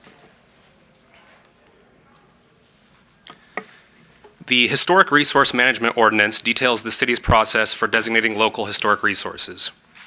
In short, the ordinance establishes 4 criteria for determining if a resource is of unique value to the history of Burbank or is a representative example of a particular architectural style. As noted in the published staff report, this property is eligible for designation under Criterion C, which states that the property embodies the distinctive characteristics of a type, period, region, or method of construction, or represents the work of an important creative individual or possesses high artistic values. During a regular meeting of the Heritage Commission on June 5th, city staff presented a full report detailing the proposed designation. Following the report, the Heritage Commission unanimously adopted a resolution recommending the City Council adopt a resolution to designate the property at 808 North Ford Street as a historic resource. The house at 808 North Ford Street is a 1-story Spanish colonial revival style residence built in 1936. The home was built toward the end of the Great Depression period of 1929 to 1938. Most homes built in Burbank during that time were often associated with working and middle-class families and were located near the downtown core or by the film studios.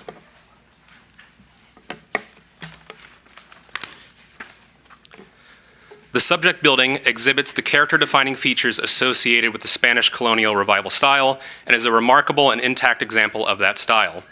The exterior of the building has been well maintained over the years and retains most, if not all, of its original features. Previously deteriorated features were restored using period-appropriate methods and materials. It is staff's assessment that there is no evidence of non-original work. On this slide, you can view some of the previously mentioned character-defining features of a Great Depression-era Spanish colonial revival home. The building features a cross-gabled roof with Spanish-style clay tiles. The attached porte-cochere presents a Spanish clay-tiled shed roof form and arched opening.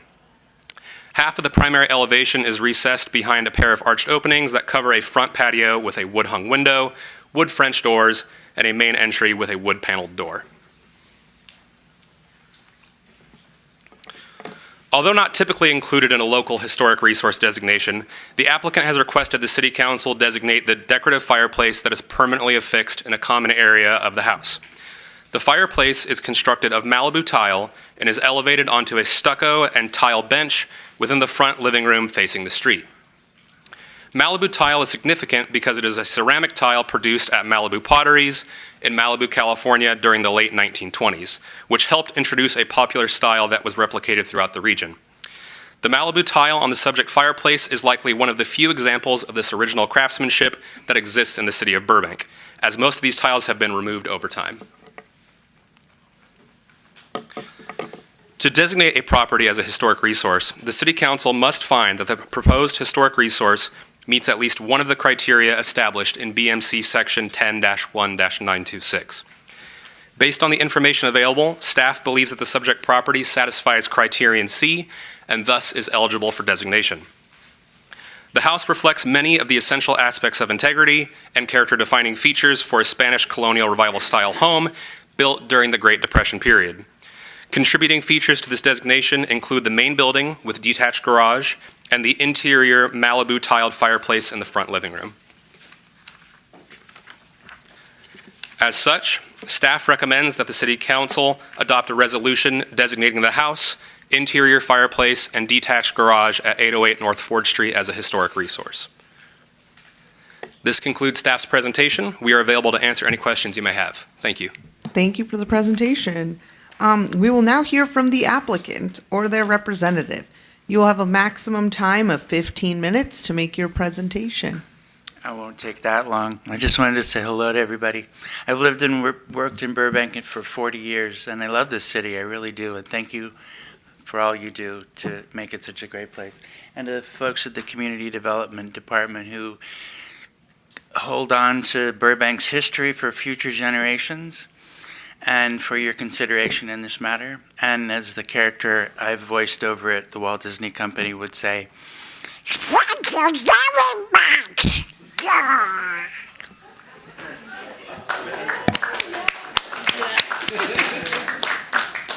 You just made our day. And if you didn't do it, I was going to ask. But thank you for that, and we appreciate you coming here, and also your home, and you are a part of Burbank history for sure. All right, we will now open the public hearing to hear from any persons who wish to speak on this matter. Each person may address the council on this item only. Public comment period is now beginning, and no additional calls or cards will be accepted. Madam City Clerk, do we have any cards or callers? No cards, no callers. Yes. All right. Given no comments at all, we will now close the public comment period. Does the applicant or the representative wish to make any further comments? All right. And does the council have any questions of staff? I will start with Councilman Rosati and then go to the Vice Mayor. Thank you, Madam Mayor. I just had a couple questions. I noticed there was a provision you can alter the historic resource designation if there was an economic hardship. Give me an idea of what that would be. Good evening, Council. This is Amanda Landry, Community Development Department Principal Planner. If the applicant has a significant financial hardship, such as catastrophic injuries, medical debt, loss of job, things of that nature, they can work with staff to consider future modifications to the property, and if they have a financial impact, we can work with different solutions that would still be consistent with our code to maintain the integrity of the historic resource. And is there an application of reduction of taxes or anything like that when you're designated a historic resource? Thank you so much for the question. So it's not inherent with the designation. However, once designated, the applicant does have the opportunity to apply for the Mills Act, which is a state-run program that allows the homeowner, the property owner of the resource, to apply for property tax relief with the agreement that that property tax relief be put back into the house for maintenance. And let's say the economic hardship kicked in and we removed the historic resource designation. Would those property taxes that were forgiven be paid back? So in the event that a economic hardship removes the designation of the property, the Mills Act contract would be non-renewed. So then it would gradually ramp down over 10 years and the owner would no longer receive those tax reductions. They would not be required to pay back any tax reductions because they'd already invested those in the property. And they would have to prove those through receipts and whatnot. Correct. Staff would follow up on a regular basis to ensure that the mandatory work plan for maintenance of the property is completed. And if the owner the house is 800 square feet. So if the owner said, hey, I wanted to add on to the house to make it 1,800 square feet, and is there a proper procedure for him to be able to do that? Yes, so we do have a permit called the Permit to Alter a Designated Historic Resource. Typically, these permits are only really required for additions or alterations that are publicly visible. So if the property owner was interested in adding an addition later down the road and it triggered that requirement, it would first be reviewed by the Heritage Commission to ensure that the work meets the required Secretary of the Interior standards. Got it. Okay. Those are all my questions. Great. Thank you, Councilmember Rosati. It's okay if I go next? Okay, great, thanks. Just two quick questions. Do we have other historical designation properties in Burbank? If so, how many? Yes, thank you for your question, Vice Mayor. So currently we have 15 designated historic resources in the city. Of those 15, 4 are on the National Register, 2 are on the State Register, and then the remaining 9 are designated at the local level. Okay, and which level would this one be designated for? The local level. Local level, okay. And then my second question is, if the property is sold, does a new owner have to adhere to these historic designations, and is it attached to the deed of the house? Yes, so if council decides to designate the property as a historic resource, the following next step would be to enter into a covenant agreement with the property owner, designating the historic resource and tying that to the land. So that would run with the property. Great, thank you so much. All right, any other questions? Councilmember Mons. I would, regarding hardship, with a sale of the property, so if the owner wants to sell the property, but there is no buyers because it's historic and they want to do something else, would that be considered under hardship if he wants to change that status? That's typically not considered a hardship, a financial hardship. There are significant incentives for historic properties that can actually make it more desirable when you're going to sell it. For example, if it does have a Mills Act contract, the new owners would experience potentially up to 50% of tax savings for their property taxes. So there's a lot of benefits to being designated that may not necessarily make it more difficult to sell a historic property. Thank you. Those are my questions. Okay, great. Councilmember. Yeah. I actually have a question for the applicant, if that's all right. Mr. Anselmo, do you mind if I? I appreciate the question, and I also wanted to speak to what you're all speaking about. Go ahead. Oh, sure. So we talked a little bit about the changes to basically what you can and cannot do with the property. And so I want to ask you, were you able to work with staff and fully understand the responsibilities and the limitations that you'll be placing on this site as the caretaker of a historical? Absolutely, because the responsibilities and the limitations are what I want. This house, inside and out, is impeccably historic. Nothing has changed. None of the hardware, the electronics, of course, have been to code and everything else. But I don't want it to change because there are only 15 of these houses built in Burbank at the time. Mine is the only one left that hasn't been remodeled. It's the only one left in the city of this style. And the folks that lived in these homes either worked at Lockheed or Warner Brothers. So it's my goal to not let it change, and it's already in my will that the house goes to my kids, and when they go, it goes to Burbank. So I don't want it to change. Okay. So I would encourage, this is all about historical preservation, Okay. and not money and not real estate. Good. Well, that's what I wanted to ask, and this is not just for Burbank, but I've seen it happen in other communities. Like we said, if financial hardship comes in or you want to resell, this may have an effect on the sellability, on any changes you want to make, any updates. So knowing that you're going into this wide-eyed and fully informed Absolutely. Helps me make that a decision. Thanks for your question. Thank you. Also, I love Quack Pack, by the way. Quack Pack and Goofy Movie. I was raised on that stuff, man.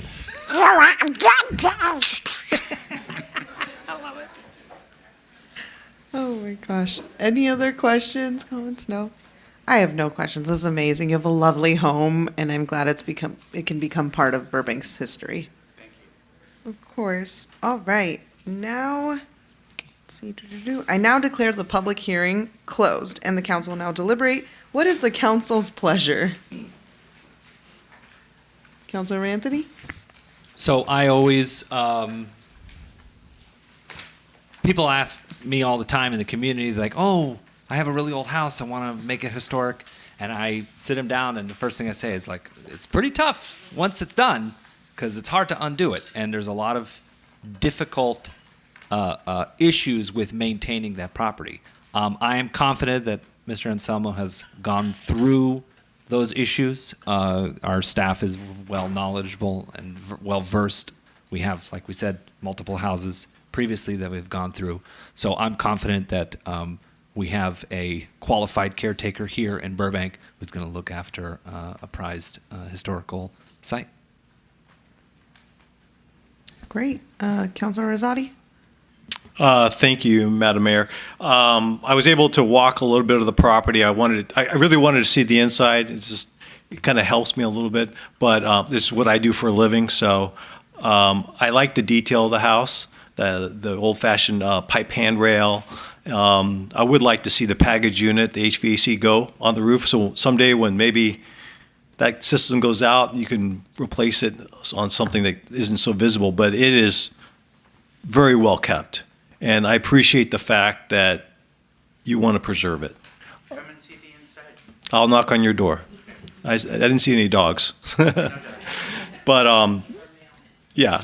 And I think on the planning board, we saw one of these. It was one of the old stone houses on Olive, right? I think you presented that too, right?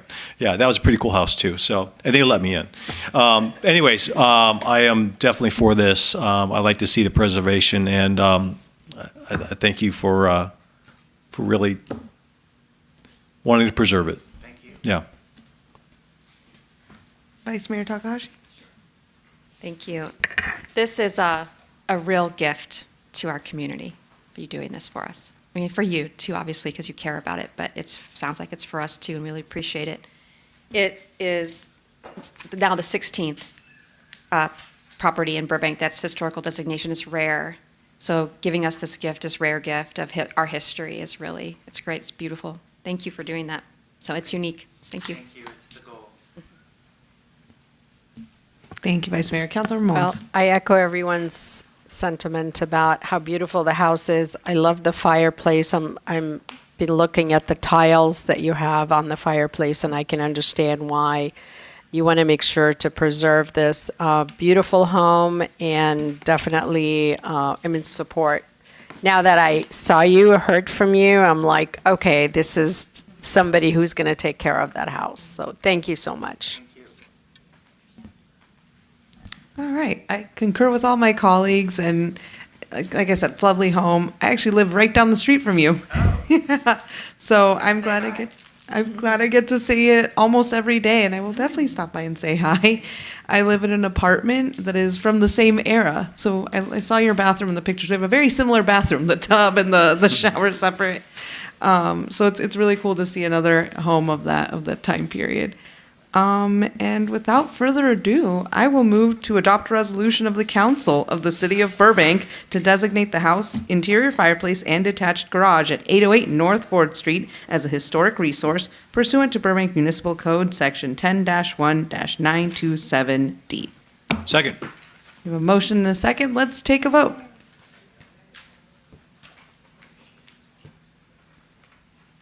Councilmember Anthony? Yes. Councilmember Mullins? Yes. Councilmember Rosati? Yes. Vice Mayor Takahashi? Yes. And Mayor Perez? Yes. Thank you. Great. Congratulations. Thank you. More fun stuff. And thank you for all your contributions to Burbank. Thank you. Thank you. Have a great day.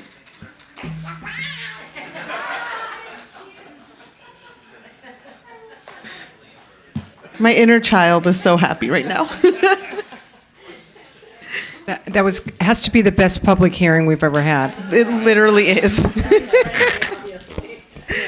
All right, we have 3 reports to council this evening. After staff's presentation, the city council will proceed with in-person public comment only. Speakers will be allowed to ask or to speak on this item at the conclusion of the presentation, as long as the speaker has not spoken on this item during the first period of general public comment.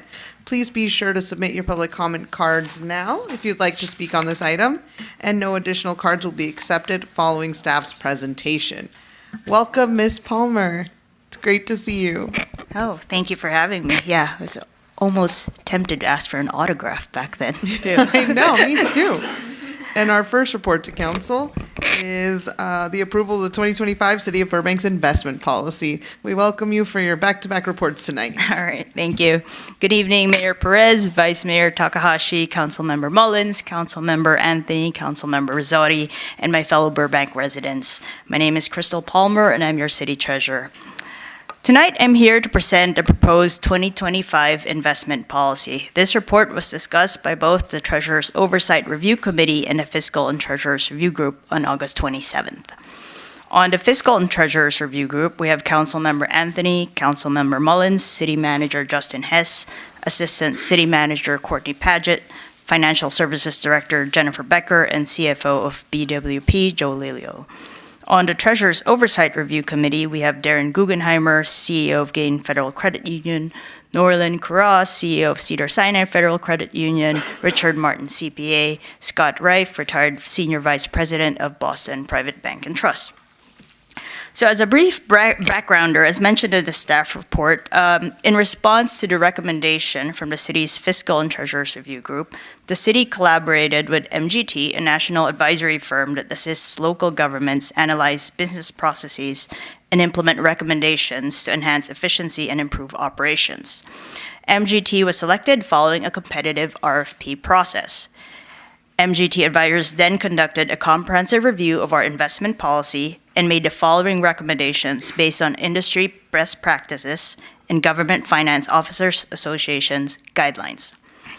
So I would like to go over the changes tonight and point out proposed changes that, aside from the date, name, and other minor edits.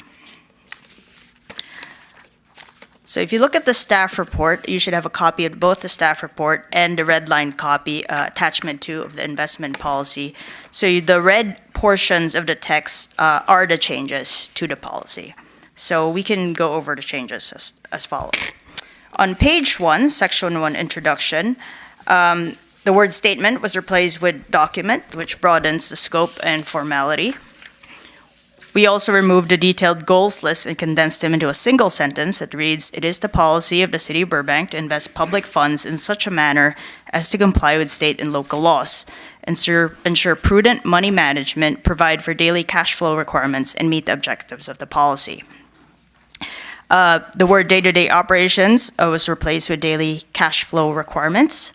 And in addition, this statement was added: "This policy shall not be construed to prescribe or limit the specific methods or systems through which investments are executed, e.g. investment portals or comparable mechanisms. Such operational matters shall be addressed separately through the Treasurer's Office procedures." On page 1, section 2, governing authority, this was made into its own section per GFOA best practices. It was previously the first sentence in section 3.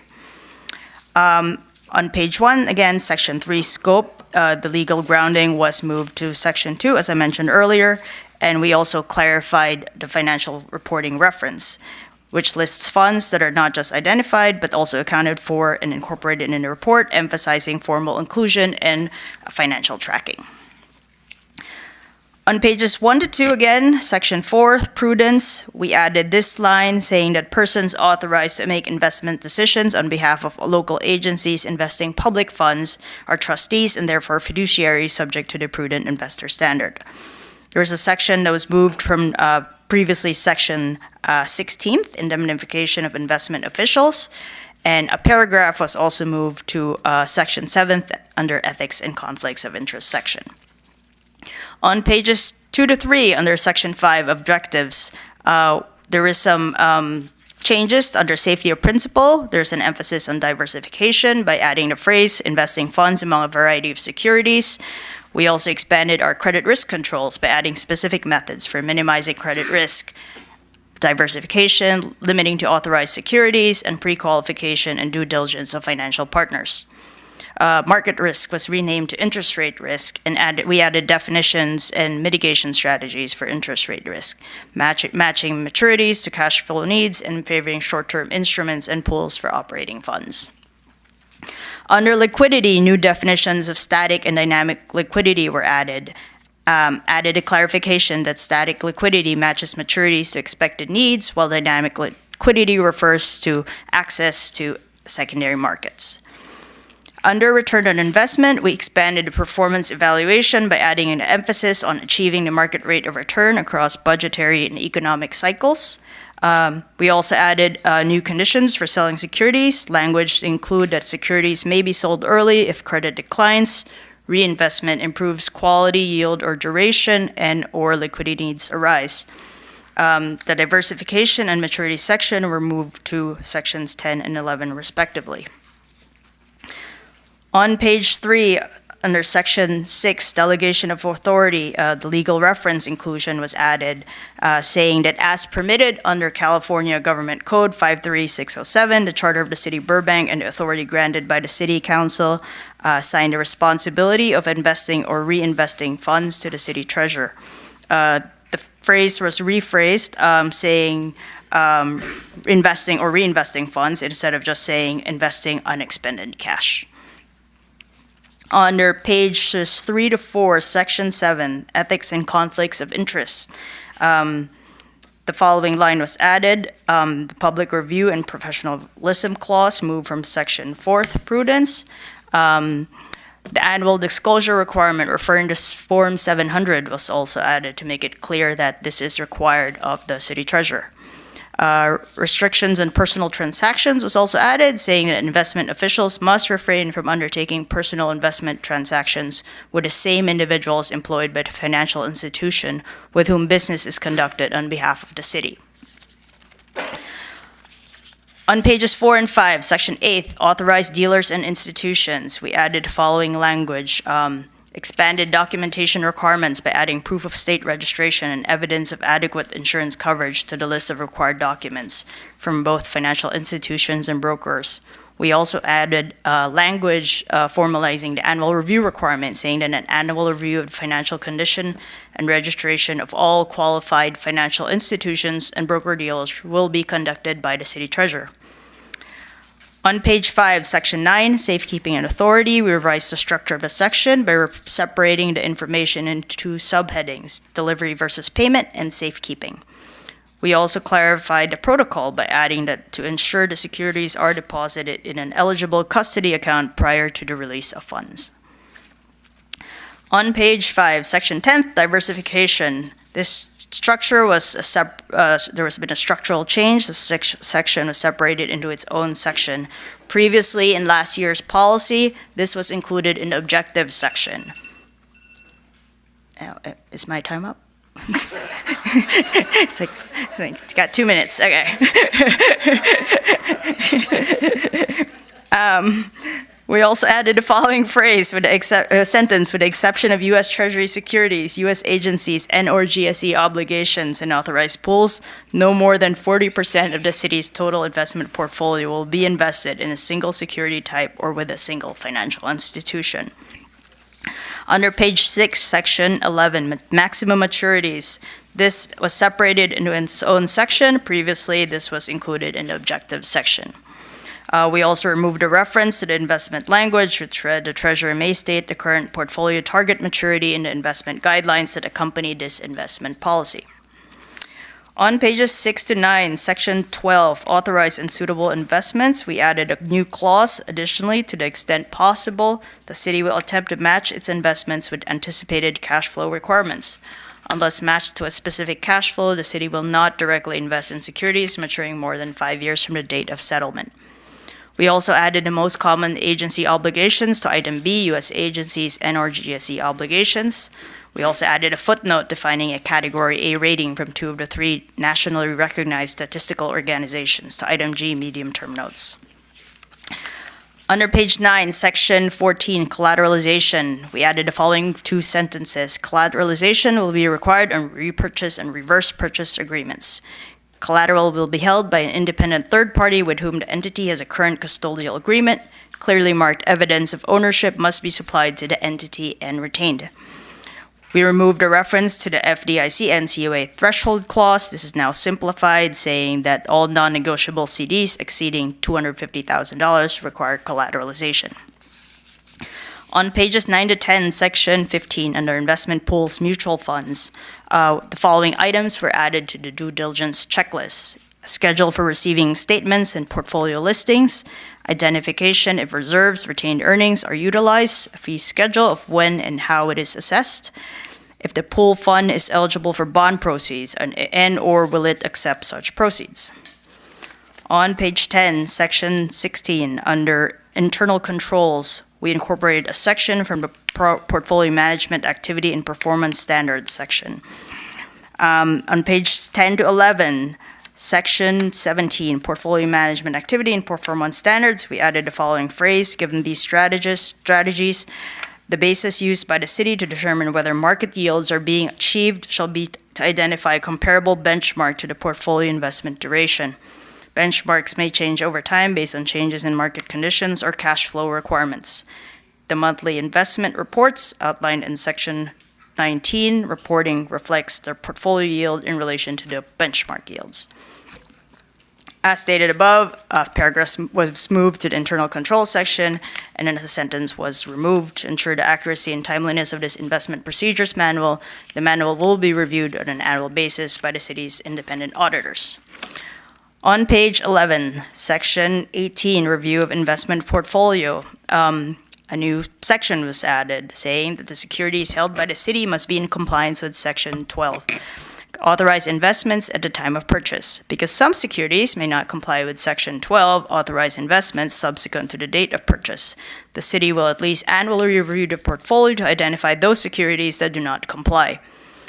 The city has established procedures to report to mayor, the council liaisons to the treasurer's office, the city manager, the treasurer's oversight review committee, and the fiscal and treasurer's review group. Major and critical incidences of non-compliance identified through the review of the portfolio as outlined in section 19. On page 12, section 20, under ESG responsibilities, we added energy consumption as another environmental criteria. On page 13, section 22, policy approval, a new section was added saying that the investment policy shall be formally approved and adopted by the city council. The policy shall be reviewed annually by the city treasurer, and any modifications made hereto must be approved by the city council. Page 19, liquidity. This is something we update every year. So for 2025, the required liquidity is $127 million, up from $124 million in 2024.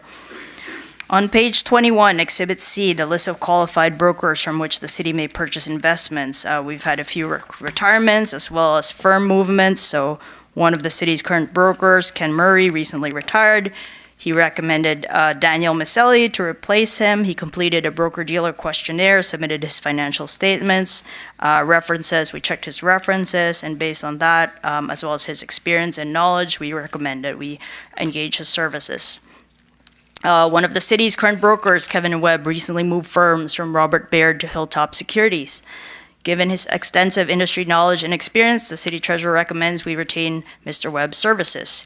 In addition, he has changed his area of focus, and due to his schedule and availability, recommended that his colleague David Carr provide additional coverage for the city of Burbank. Due diligence was performed in Hilltop Securities. Kevin Webb and David Carr, they completed an updated broker-dealer questionnaire as well as submitted the firm's financial statements. As the former assistant city treasurer from the city of Santa Monica, David Carr is highly regarded and knowledgeable of government investment guidelines, and the city treasurer recommends that the city approves his application.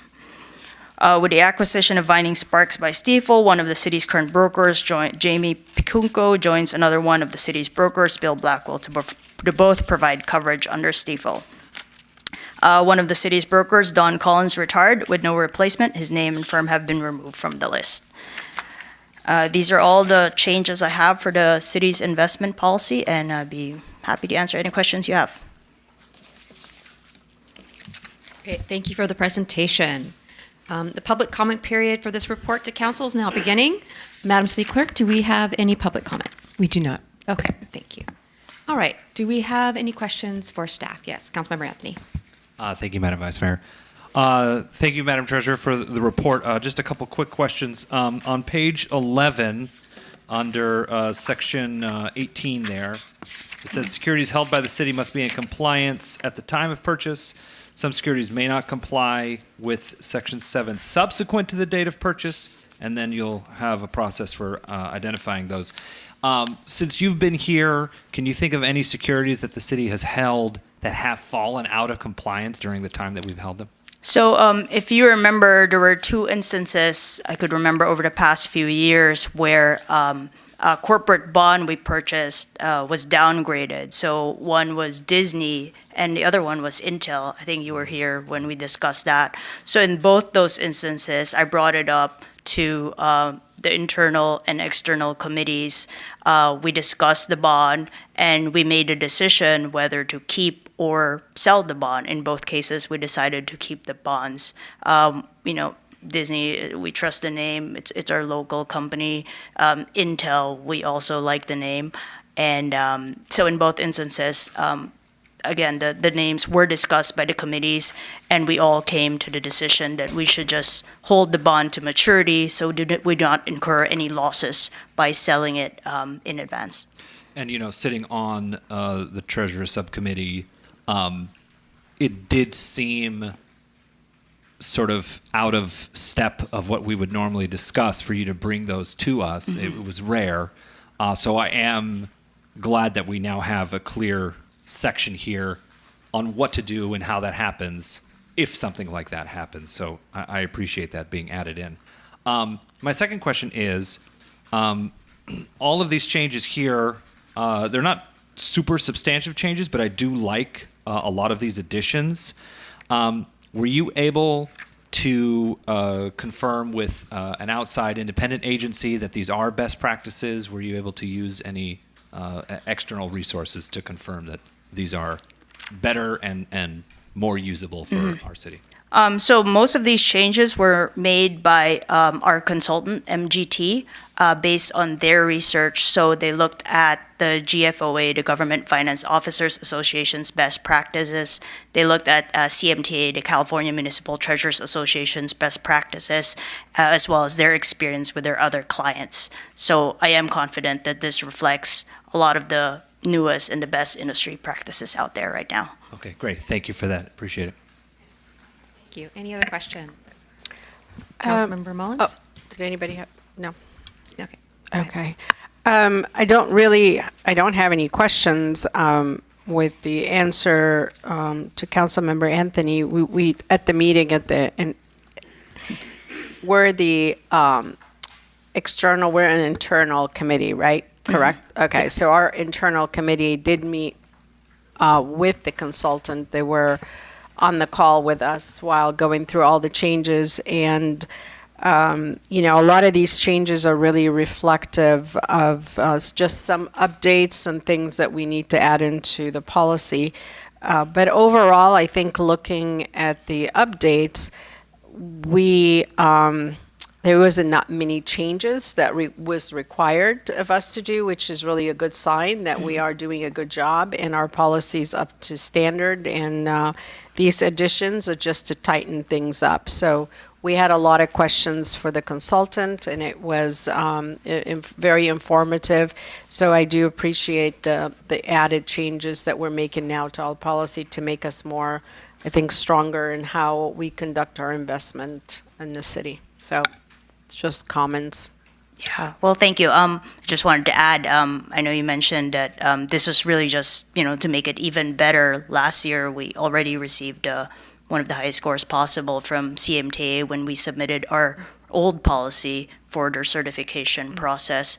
So it's really great that we're, even though we've had that achievement, we're still looking to make things better and improving our policy. Thank you. Any questions, Councilmember? I want to echo the second sentiment, Councilmember Mullins and Councilmember Anthony, of this is really cleaning up a lot and making it clear. But you're taking an A project to A+. Mm-hmm. So thank you. I do have a quick question. One of the changes or additions was a statement that the manual will be reviewed annually by city's independent auditors. Who are the independent auditors, and when does that review happen? So it says that the manual will not be reviewed by the independent auditors, not be? actually. Oh, I So missed it was actually a question we asked our consultant during our meeting. So we're like, why wouldn't we want them to review it? Yeah. So the answer we received was that for auditors really check whether you're following your manual, right?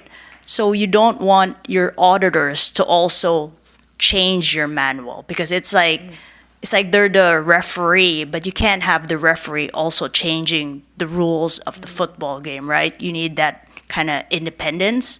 So that is the reason that sentence was removed, actually, from the policy. So if I could follow up, removed it. Okay, got it. the proper procedure is to get independent one-time consultants to look at it if we need changes, adopt those changes, and then throughout the process, make sure the auditors are simply watching us follow the rules that have been changed.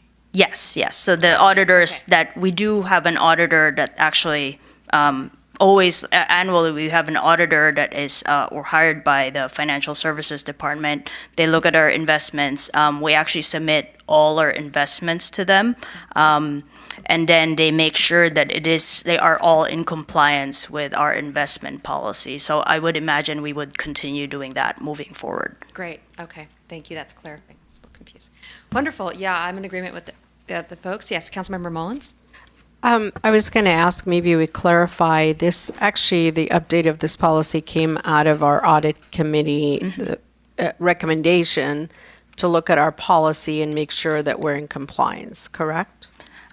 So it was out of a recommendation to make sure that our investment policy really, I guess, reflects industry best practices. It's not really to make sure that we are in compliance. That is a separate audit that checks to see if we are in compliance with the policy.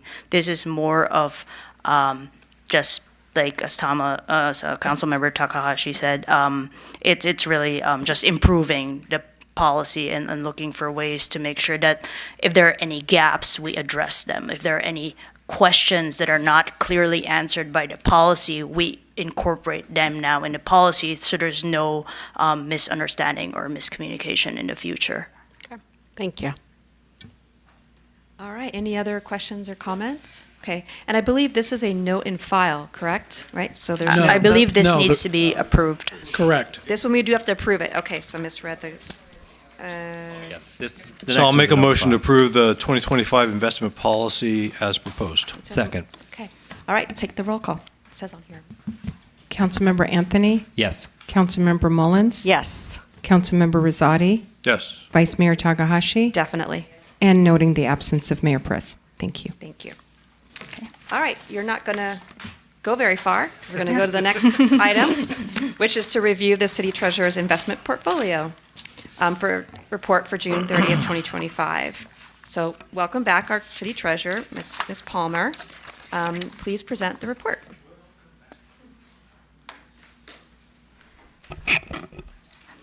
So now I'll be going over the Treasurer's Report for June 30th, 2025. Like the investment policy, this report was also discussed by both the Treasurer's Oversight Review Committee and the Fiscal and Treasurer's Review Group. The portfolio currently stands at $733 million. Looking at the history of the portfolio, this highlights the CalPERS payments we make every year to save on our pension costs. This chart shows how the portfolio is broken down by asset class, the largest portion of which is U.S. agencies at 25%, Joint Powers Authority Pool or CAMP at 19%, medium-term notes at 17%, LAIF at 15%, municipal bonds at 10%, CDs at 6%, supranationals at 5%, treasuries at 3%, and our money market fund at 0.4%. This table shows how the portfolio is in compliance with both the California State Code and our own investment policy. The average duration of the portfolio is 1.38 years.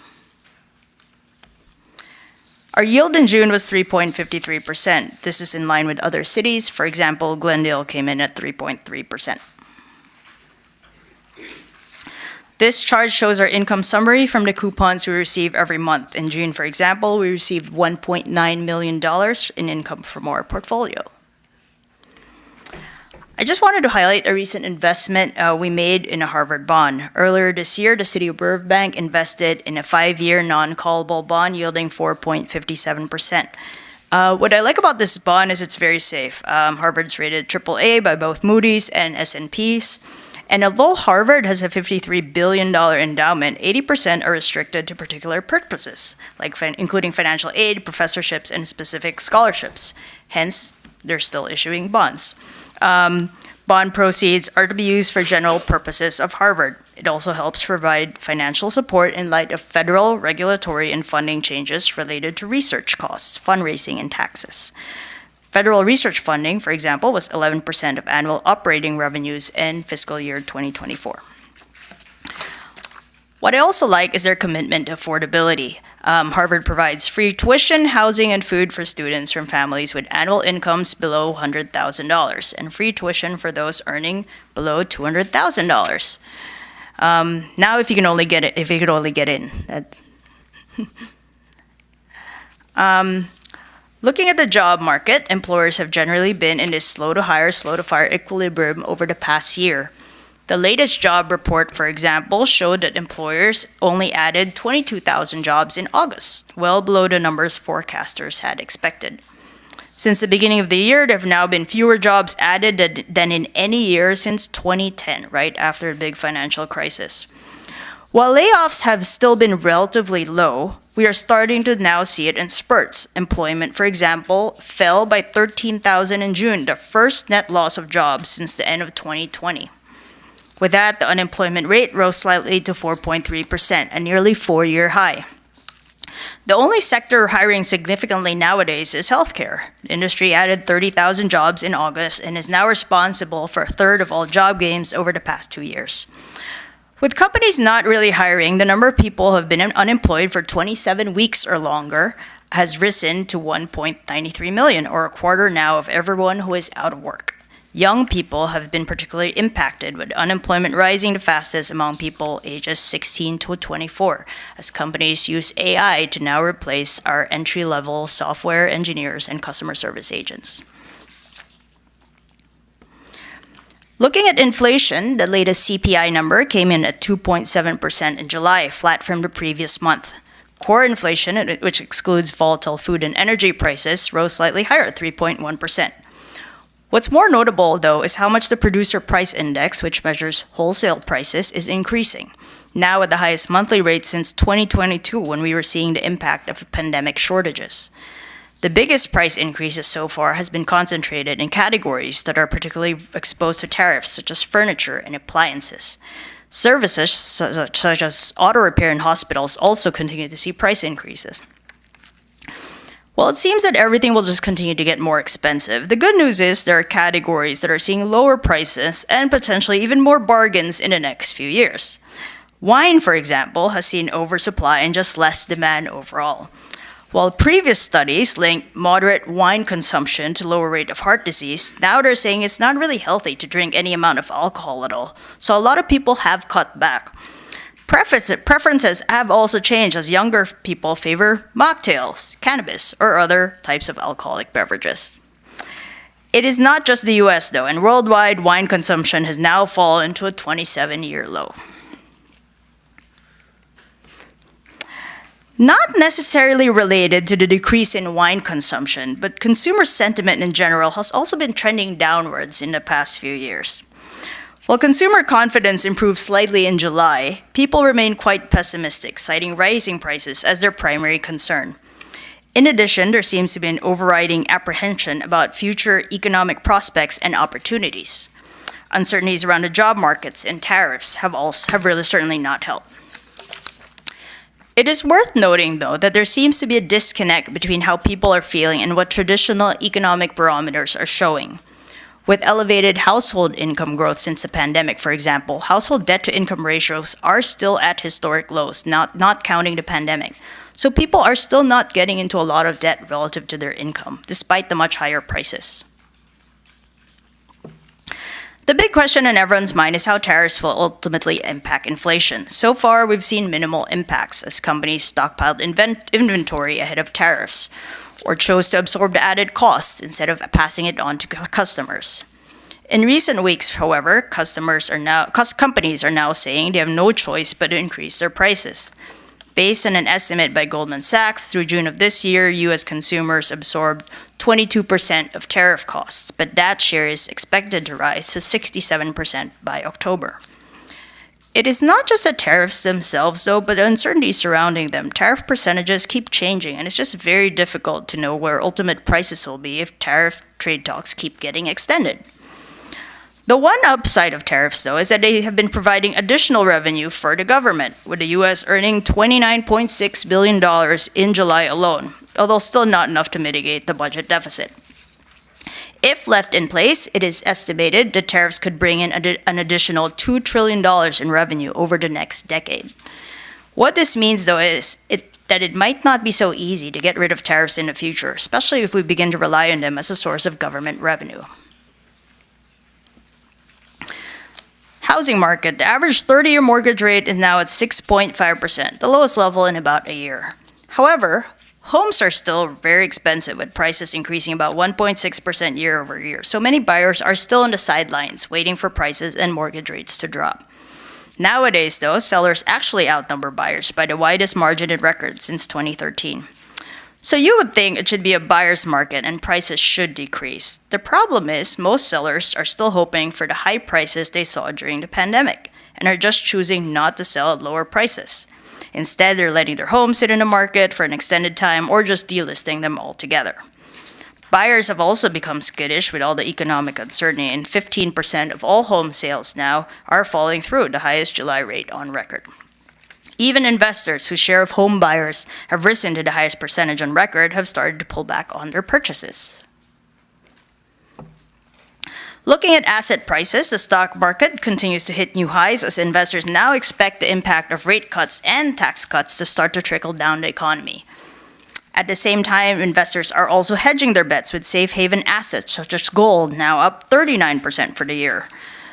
Based on a Wall Street Journal survey of 69 economists in July, there is now only a 33% chance of recession, down from 45% in April.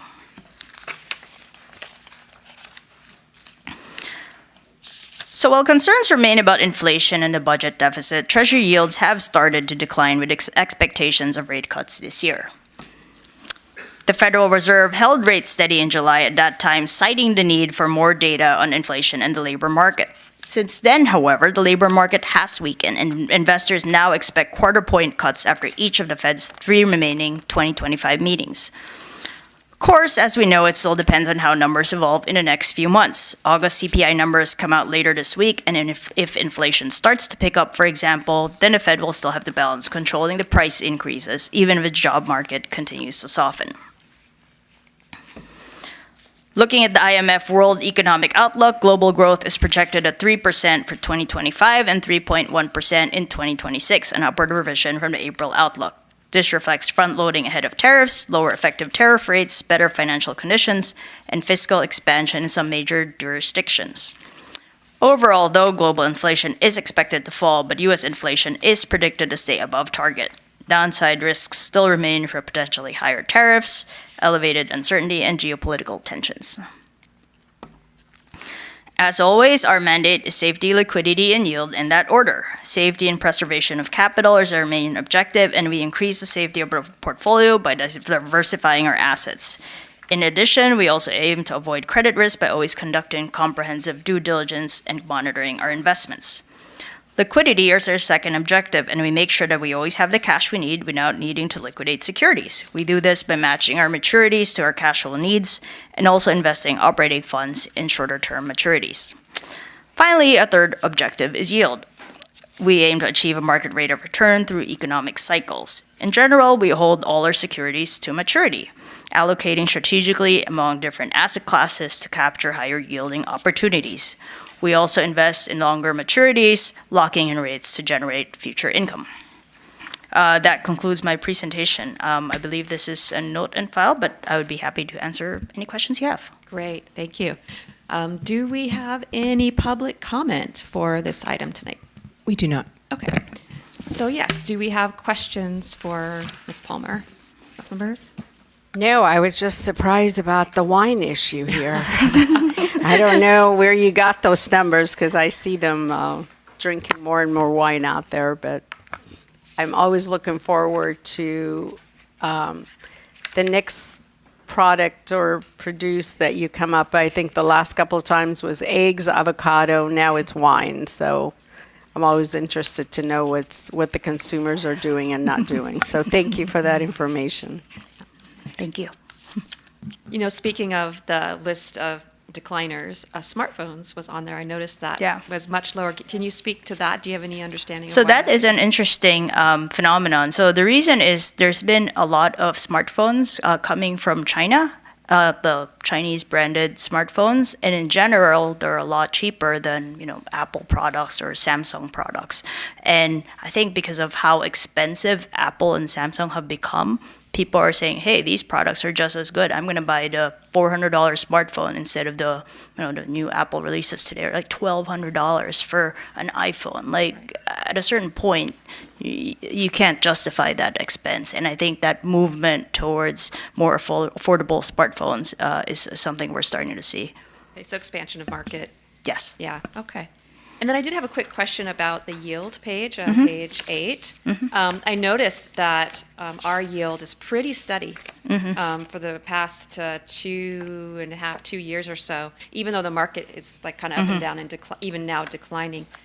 Do you expect, based on all this that you shared with us, even though the market's a little up and down with the yield right now, mostly down, do you expect us to stay steady at this 3.5 moving Mhm. forward as we go? I think obviously we cannot tell in advance, but in general, our yields are steadier than what the market yields are because we ladder our investments and we have the opportunity to lock in those longer yields, right? So if you have those 5-year yields that you're locking in, even if rates drop, you can still maintain that higher yield at least for the next, 5 years. Right, so that protects us from That any protects us short-term from the changes. downside. Right, okay, great, thank you.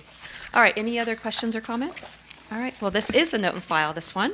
So thank you so much for Great the report. presentation. Always beautiful report full of Yes. charts that are always interesting. Thank you. Well, thank you. Thank you. Okay.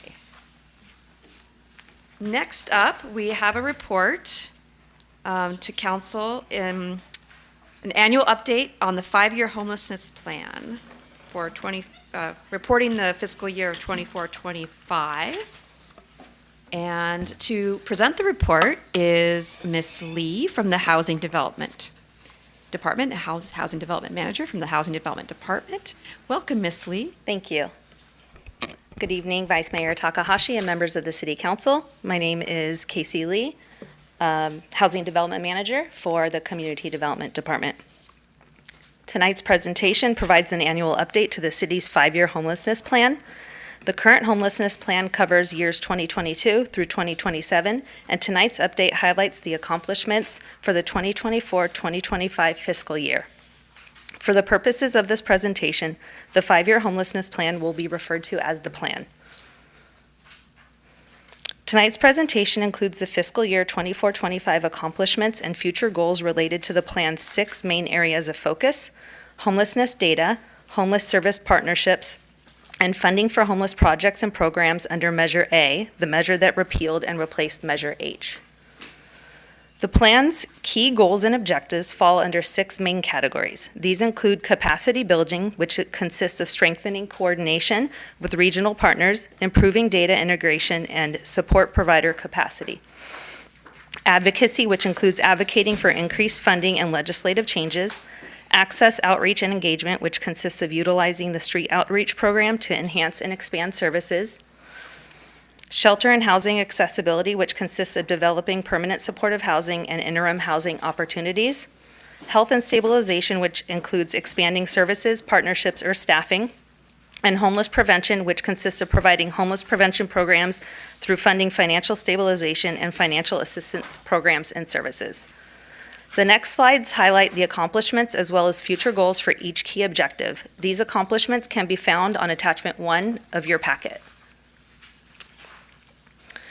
The fiscal year 24-25 accomplishments under capacity building include the addition of 5 new partners. Those new partners are A Safe Place for Youth, Hope in LA, Better Angels, LA Rise, and Just in Reach. The city also contracted with Caseworthy to provide a centralized data management platform allowing for streamlined data management and reporting. Future goals for the remainder of the plan include continuing to build new partnerships and the full implementation and utilization of the Caseworthy software in October 2025. Excuse me. Under advocacy, in fiscal year 24-25, city staff attended various meetings with local elected officials, Burbank lobbyists, various county departments, and the city's Council of Governments. Future goals include continuing to attend these meetings and staying involved and engaged with county departments responsible for overseeing Measure A. This also includes soliciting funding through state and federal resources. Under Access, Outreach, and Engagement, in November of 2024, the city began contracting with Allied Universal for homeless outreach services, and in May of this year, council approved an increase in outreach staff from 3 to 5 outreach workers, which allowed for increased engagement. In fiscal year 24-25, 46 service transition plans from homelessness to housing were made, including 10 reunifications with family or friends, 10 placements in interim housing, 13 shelter placements, and 13 homeless were linked to employment. City staff and outreach staff conducted 12 encampment cleanups in fiscal year 24-25, and we are pleased to report that encampments have remained at essentially zero over the past few months. If new encampments arise, they are typically cleared within 72 hours. In the future, staff will continue to enhance and improve the quality of outreach services. Under shelter and housing accessibility, one area to highlight is the Buena Vista Homeless Access Center project, which will also serve as the Home Again Los Angeles headquarters. This project consists of the installation of 4 small suites, otherwise known as tiny homes for families, and renovations to the existing facility to allow for case management services. An RFQ for this project was released, and 3 contractors were selected to continue in the bidding process. Staff expects to break ground on this project by the end of the year, with completion expected for the end of 2026. Future goals include completing the entitlements and environmental documents for the Front Street Homeless Solutions Center project, which should be completed by the end of the year. Due to the scope of the project and the associated costs, the project as currently proposed faces a funding gap. Therefore, staff is continuing to assess the project and potential funding options. Staff will present a report to council at a future date with an update on the project's status and potential paths forward. Under Health and Stabilization in fiscal year 24-25, an important program to highlight is the National Opioid Settlement Program. Under this program, the city partners with the Boys and Girls Club, which provides opioid prevention education, and Family Service Agency, which provides therapeutic services for those managing substance abuse issues. Future goals include expanding and enhancing existing programs, including the addition of 12 new storage bin and increased shower hours at the Safe Navigation Center. Under homeless prevention, accomplishments including funding for those programs at risk of homelessness. For instance, motel vouchers were provided to 56 families and 31 households received rental, utility, and/or security deposit assistance. Future goals include the continuation and expansion of these types of services. Transitioning from key goals and objectives to homeless data, according to the annual point-in-time count, which is the most widely recognized method for measuring the number of people experiencing homelessness, and supported by city data, from 2024 to 2025, the city saw a decrease in the sheltered population by 17%. The number of unsheltered remained the same, and the number of improvised dwellings increased by 28%, equating to a total increase of homelessness of 5% for the city of Burbank. Please note that although the city and county of LA have reported a decrease in homelessness from 24 to 25, many surrounding cities have reported an increase in homelessness. For instance, the city of Glendale has reported an increase of 13%, and the city of Pasadena has reported an increase of 4%. Although the city's point-in-time count numbers increased by 5% from 24 to 25, overall there has been a reduction of 20% in unsheltered homeless since the beginning of the plan. A reminder is that the figures in the previous slide separate unsheltered from vehicle dwellers. The 5-year homelessness plan combines the two and defines unsheltered as those living on the streets in a vehicle or in a tent or makeshift shelter. The city's homelessness plan has an overarching goal to reduce unsheltered homeless by 50% from fiscal year 22-23 to fiscal year 27-28. According to the 2025 point-in-time count and internal data, the current number of unsheltered homeless in Burbank is 150, which is a reduction of 38 people, or 20% since 2022. This progress demonstrates that the city is making measurable strides towards the 2027-2028 goal.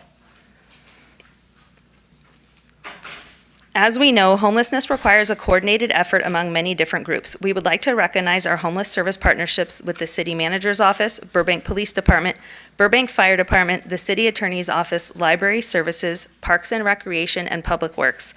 We also want to recognize a few of our main nonprofit service providers.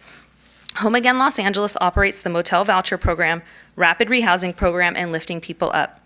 The Salvation Army manages the Homeless Navigation Center, which operates the Shower Program, Safe Storage Program, holds monthly events, and provides case management. Burbank Temporary Aid Center supports low-income Burbank residents and homeless individuals by providing groceries, rental and utility assistance, along with access to laundry and shower facilities. And Family Service Agency provides residential therapeutic care to women with children in the Transitional Housing Program. This presentation contained future goals as outlined in the homelessness plan, and staff expects a new funding source to assist with those goals. Under Measure H, the city received funding for the Local Solutions Fund Program and Homeless Incentive Program.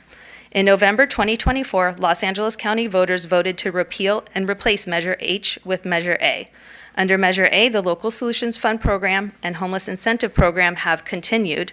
Measure A also included a new program managed by the Los Angeles County Affordable Housing Solutions Agency, also known as La Casa. Staff will return to council to discuss the La Casa portion of the funds in the near future. This concludes the presentation. We are happy to answer any questions.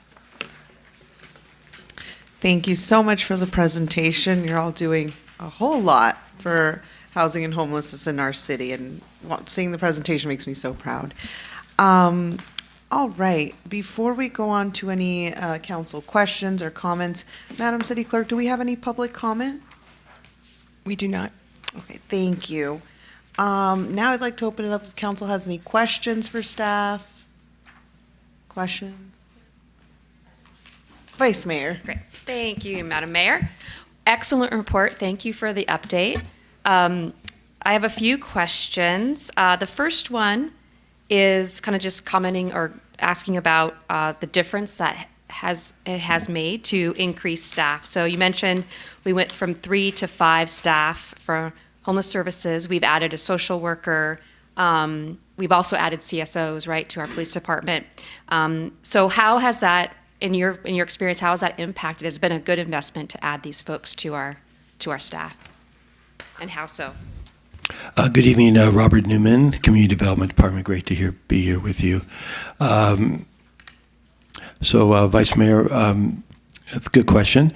It's given us outreach, and also what's really important is frequency. So we have an opportunity to engage and have frequent engagements with individuals, build that rapport, build that trust, which helps us move them along the process more time. So that's help. Plus, we are able to have coverage, longer hours, which means we're more available to the unsheltered population as well as the rest of the community. And we're able to support our other departments, such as Park and Rec and their team, the library team, and of course, working quite closely with the police department. So it's working out really well. And so thank you to all of you. Yeah, that's great to hear. I'm glad that it was an investment that really was worth it. And speaking of all the departments you mentioned, congrats too on really coordinating everybody's efforts together and collaborating together. It's great that it's everyone's moving so smoothly together. When there is a report for like a new homeless individual, or someone sees a homeless individual, maybe through the 311 app or for calling your phone number, who receives the report and who in our city system is the case manager for the individual? Who is like the central location for that? Yeah. Bob Newman is the central and regularly checking 311 and dispatching the outreach team. Great. It's a lot of work for one person to be case manager for everybody. And then lastly, I had a specific question about, you mentioned we gave out 56 motel vouchers. That's excellent. So who distributes these vouchers, and are we still doing this program? We partner with Home Again Los Angeles, who distributed the majority of those vouchers. The city also administers flex funds and city staff assist in distributing those vouchers as well, but the majority are done through Home Again Los Angeles. Okay. And are those vouchers for our hotels in Burbank, or are they kind of distributed around the area? Distributed around the area of Burbank. Okay, great. Thank you. Those are my questions. Wonderful job, everyone. Great questions, Vice Mayor. Councilor Anthony. If memory serves, Measure H did not have a guaranteed return. I know we're bringing back Measure A for a discussion. Is there a formula in there that we can expect a guaranteed return, or will we be talking about that, how that works from La Casa in the future?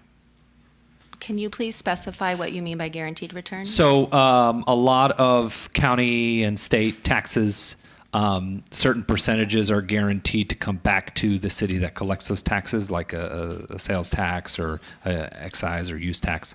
I remember that Measure H, one of the biggest complaints was we pay into it and there's no permanent number of that dollars that come back. We have to ask for every single dollar. How is that going to be different with Measure A, if you have any understanding, or should we wait to discuss it at a later time? It appears to not be any different. Mhm. There's no guarantee of funding. We have an estimate of 26-27 funding, but no guaranteed future funding. However, we hope to learn more. As we learn, La Casa is still developing their guidelines and procedures. So as we learn more, and hopefully when we return to council in a couple months, we'll have more information on that.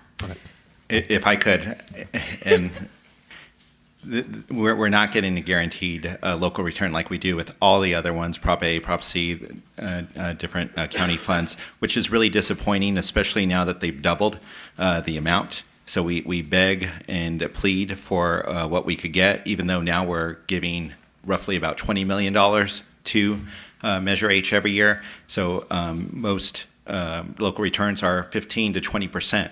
If we had that would be amazing. There would be so much more that we could do. So I do want to say that was something that we really tried to argue about over the first 7 years of Measure H. And when they were looking at doing Measure A, that was something we tried for, but of course, again, we didn't get it. You just asked the sore spot question. It's a big deal. And just to tack on to that too, the La Casa guidelines are so fluid and things are changing every day, it feels like. So I know for us, like on the Housing Trust, we've received preliminary or draft versions of what they're thinking of doing, and that those have changed twice in the time that I've seen them. So it's so fluid still. I don't think they're ready to give us any real direction. Yeah.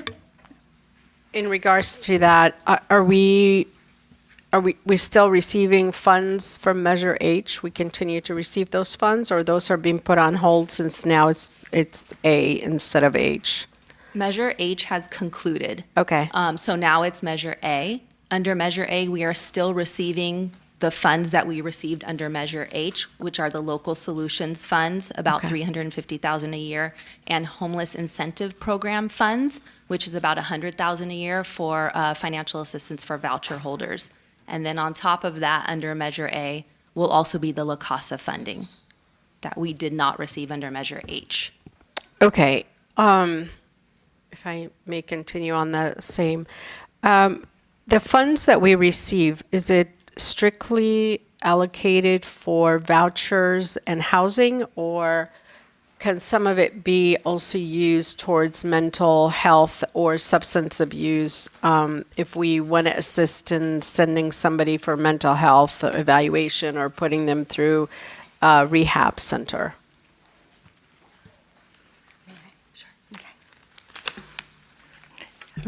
Good evening. Thank you, Council Member, for the question. Maribel Leland with the Community Development Department. If I may add just a little bit more. So this is related still to the Measure A funding. Is that correct? One of the things, as the mayor was mentioning and Casey Lee has been mentioning, we're still learning, but one of the things that we have learned is that this new funding through the La Casa piece of funds is really going to be geared towards the development of affordable housing, the homeless prevention, and some technical assistance. So to answer your question, that's one of the things, as the mayor was referring to, we're still getting revised technical assistant guidelines, and so we're still in the process of gathering all that information. So it appears at this moment there may not be the funding necessarily for programming or operations, I should say operations, ongoing operations or supportive services. But that's one of the things that we still need to get additional information so that we could make sure when we come back at a later date with the Measure A and the information, we have a clear picture to present to the council. Is there any way we can advocate for some of the funds to be through our committee, that some of these fundings should be allocated towards rehab and or mental health assistance? My understanding is that because of this legislation didn't call that out already, there is, unless there's some sort of amendment or some sort of change to the law, it's clear the way that the language has been drafted, what these buckets of funds, as we've been calling it, is made out for. So unless there's a change in the way that the allocation goes, we're hearing this is where the allocation is going to be presented. So we'll certainly, though, we'll make note of that. Thank you for that question, because we'll make note of any of all of these questions and make sure to address that in the future report. And if we get the representative from La Casa again in front of the trust, I'm happy to ask him again. But the answer I got when we started getting specific was, oh, we'll take it into review. We don't have the guidelines ready yet. So we're waiting till they tell us what the guidelines are, and also whether or not certain of our specific desires of how we use that money fall into those guidelines, because that's going to be completely subjective to them. Thank you. I do have one more question, in that in regards to the outreach that we do, and I know working with Mr. Newman, I do a great job in doing an outreach and using the humane approach in assisting the homeless population. I was wondering if there's any way we can do kind of a target outreach where there's a high volume of homelessness in one area. So you probably have it in your system, and I don't know, I'm just going to assume. The amount of calls that comes in from one specific area, for, whether it's Magnolia or a certain block on Olive, typically you would get either calls or 311 app informing you of the situations there.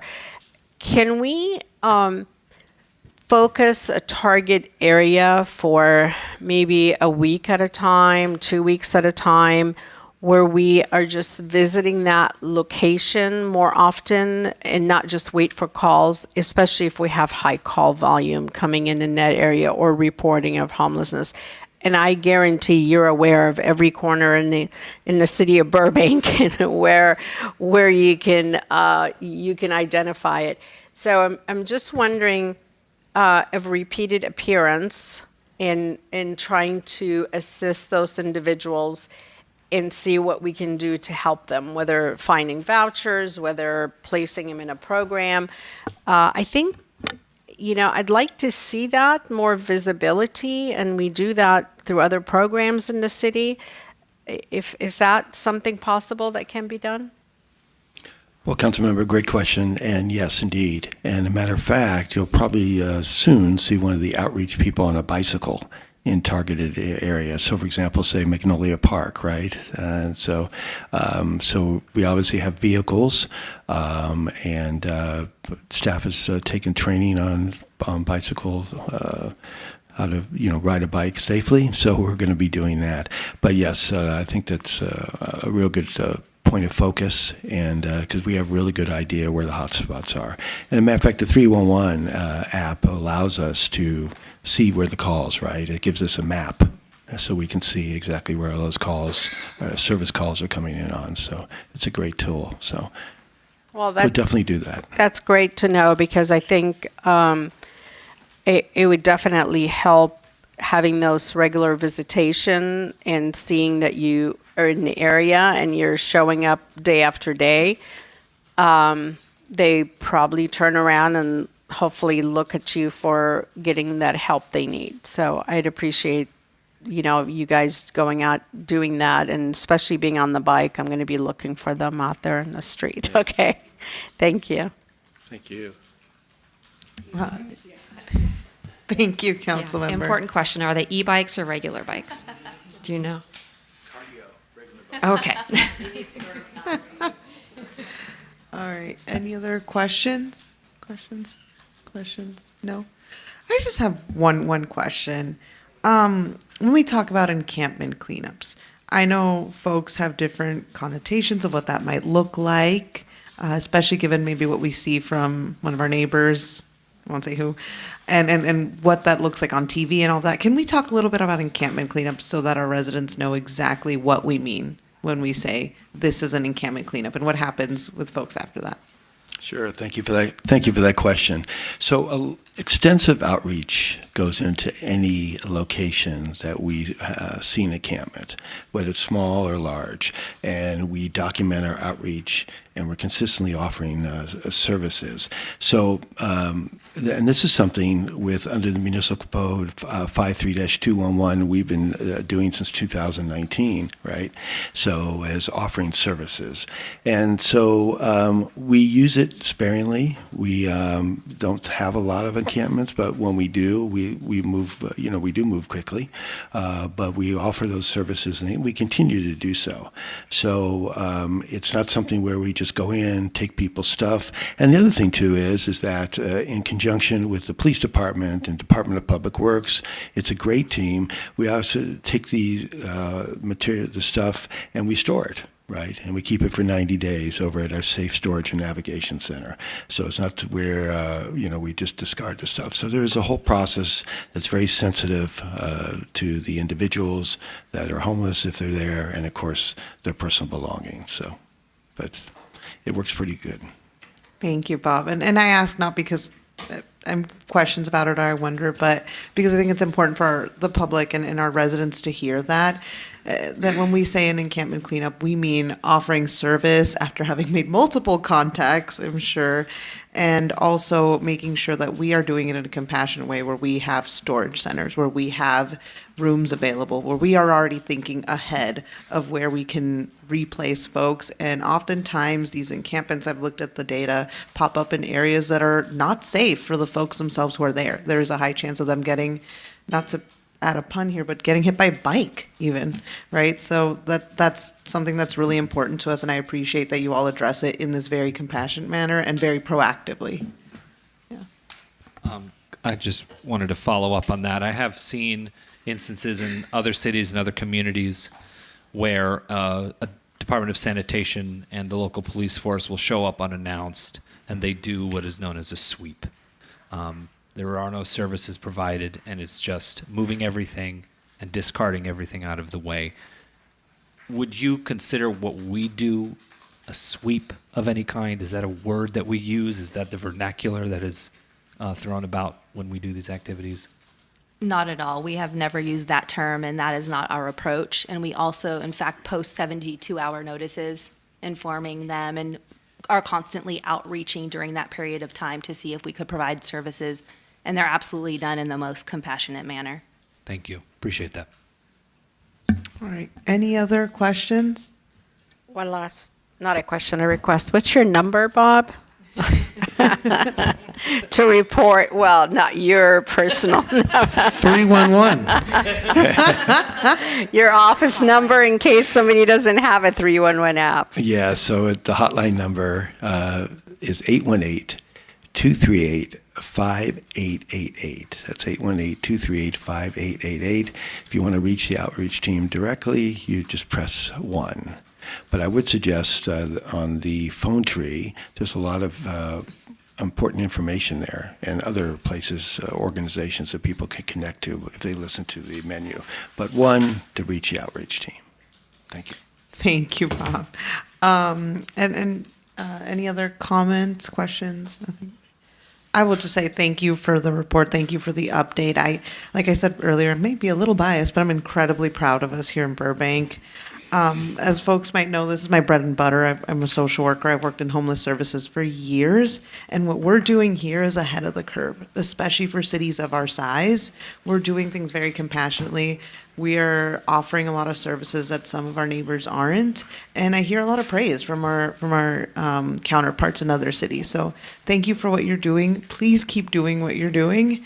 And Bob, even if maybe here on the dais or maybe when I'm at FSA, I hear about you all the time and the way you're helping folks. So thank you for what you do, all of you.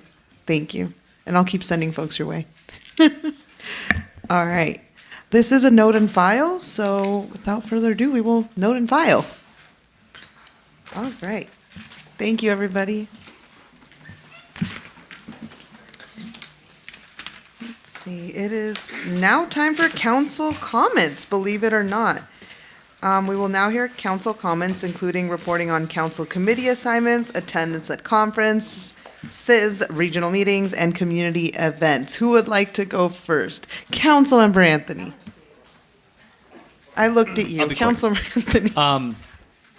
So on the 5th of September, many of us were in attendance, actually, at the retirement of Deputy Fire Chief Dave Burke. I don't want to say it's the most amount of adult men I've seen cry in one place, but it was for a good reason. Deputy Chief Burke has given so much to this community and to this fire department. And the emotions were running high that day, and it was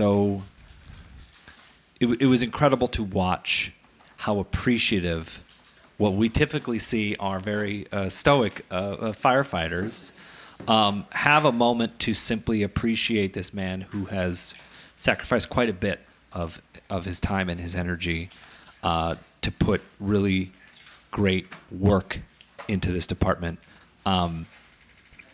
It was a very moving ceremony, and we wish him all the best in the future.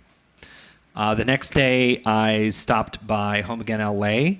They were distributing laptops and backpacks to kids for low-income folks, and these kids' eyes lit up. They came in, the first thing they get is the backpack, and they get to pick blue or pink, and they made that decision. And then they turn around, and they're handed a laptop like they couldn't believe it. They had no idea that this was going to be... Anyway, their eyes lit up. It was amazing to watch. So that was really cool.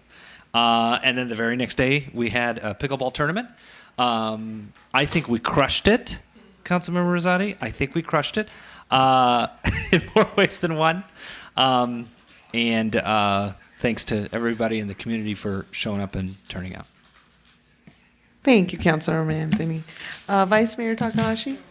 Just have a few things. Let's see.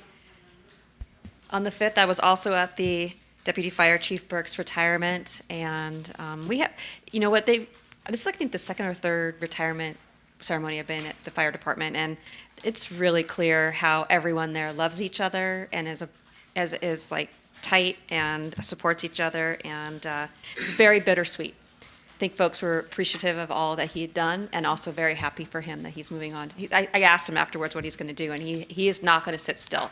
This retirement does not mean he's sitting home eating bonbons and watching reality TV. No, he's going to be very busy. And then let's see. On the 3rd, I'm attending a series hosted by the National League of Cities called "How to Build a Data-Driven City," and it goes through different aspects of collecting data, using data, and best practices for data. So I'm going through that training program. It's online. And then on the 4th, I attended online a National League of Cities first-tier suburbs meeting, and we talked about infrastructure, mostly about increasing our infrastructures and funding. And that same day, right after that, I attended the Southern California Area Government, SCAG, Energy and Environment Committee, and the main presentation was about EV bus conversion and financing EV bus conversion and building out the infrastructure for EV buses. And that's it. And then lots of meetings with residents and businesses in Burbank folks. Thank you, Vice Mayor. Councilor Rosati. Thank you, Madam Mayor. On August 28th, I met with folks, the Magnolia Park merchants, potentially putting on a parade in spring. They have a wonderful plan in place, and they're working with our Parks and Rec Department to make that happen. And I'd like to see that happen, specifically in Magnolia Park. It'd be a different place to have the parade, a little tighter, a little bit more intimate. And then on Friday the 5th, I also attended the retirement for the deputy chief. And I will say 31 years is a serious commitment to our city, but most of all, that institution, you're losing that institutional knowledge, and that's really hard to replace. So, but good for him, job well done. And then on Sunday, we all participated in the Paddles for a Purpose, and I just want to say again, thank you for everyone for coming out. It was a great moment, and $28,000 is nothing to sneeze at. So that's a big win for BRC. So thank you. Thank you, Councilor Mullins. Okay. On Wednesday, August 27th, I attended the Senior Citizen Board, followed by the City Treasurer Review Committee. And on the 28th, I attended the VICA Annual Local Office Holder Luncheon, which I had an opportunity to speak and talked about our the programs that we have for our business community and how business friendly we are here in the city of Burbank. Welcome everybody to come and open a business here in Burbank. Thursday, September 4th, I attended the SCAG Transportation Committee meeting. And on the 5th, I deeply sorry, and I know he's not listening, but I did miss the chief's retirement. I was busy celebrating a birthday, so I had a full schedule both the 5th and the 6th, so I could not attend, obviously, the retirement, but congratulations to him, wish him a lot of success. Then on the 7th, I joined, as we talked earlier, the pickleball tournament. A lot of fun. That was it. Thank you, Councilor Mullins. I too could not attend the retirement party. I was a little otherwise occupied with somebody who's not retiring, somebody who's new to the world. I'm going to go backwards. Today, Tuesday, September 9th, I met with Cheryl and Steve, who are part of Leadership Burbank, and they did their interview with me. It was a pleasure to do that with them and talk to them about leadership, and I'm so excited they're part of the program.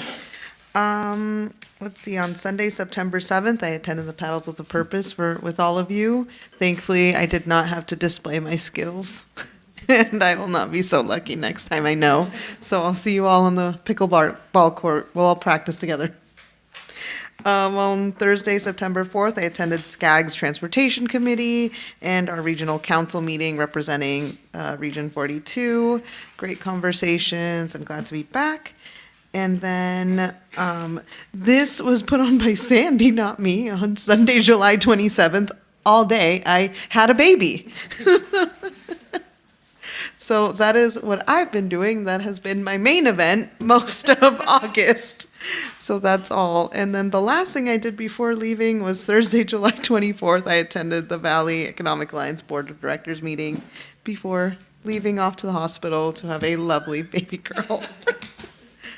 That is all of my events. Now is the time for the introduction of additional agenda items.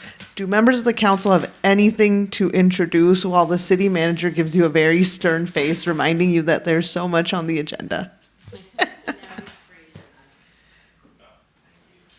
I didn't prompt them or anything. Just a follow-up. Oh, yeah. Yeah, we will get you back by the end of the week. I Email believe update. you have- We go from there. I believe that was an ask from basically everybody on this dais. The only thing I will ask for, it's not an additional item, it was on the docket, I believe former Mayor Schultz asked for it, but the review of our Burbank Animal Shelter and seeing what we can do to make that a no-kill shelter, I think it was a first step. Let me check that out. And It was one of the last things he asked for. I was curious about it too. He just beat me to the punch. If we haven't done it, we'll add it to the next meeting as an additional agenda item. I forget. I think there was a memo. Okay. There were a few council members who had met with the shelter and discussed it and were given information, but I think the memo did go out. Yeah. Well, here's your option. If you want to, we could resubmit the memo. And if you feel like you want to agendize it, if you're okay waiting, then at the next meeting we could you could look to agendize it. Yeah, I'll do that. Does I'll do work? that. I just, yeah. Okay. All right. We'll be sure to send out another copy of that. So I forget when it went Please. out. So. I don't remember. Okay. I just know somebody asked me about the item, and I was like, that was not a me item. Okay. We'll send it out. Thank you. Anything else? No. And we don't have any former items to review this week. Nope. Okay, awesome. In that case, I just want to note for the record that I had my expected adjournment at 10:05 p.m. So I now adjourn the meeting at 9:07 p.m. We now adjourn to Tuesday, September 30th, 2025 for a joint meeting in the council chamber, 275 East Olive Avenue, second floor. It's good to be back, Burbank. Thank you and have a great night.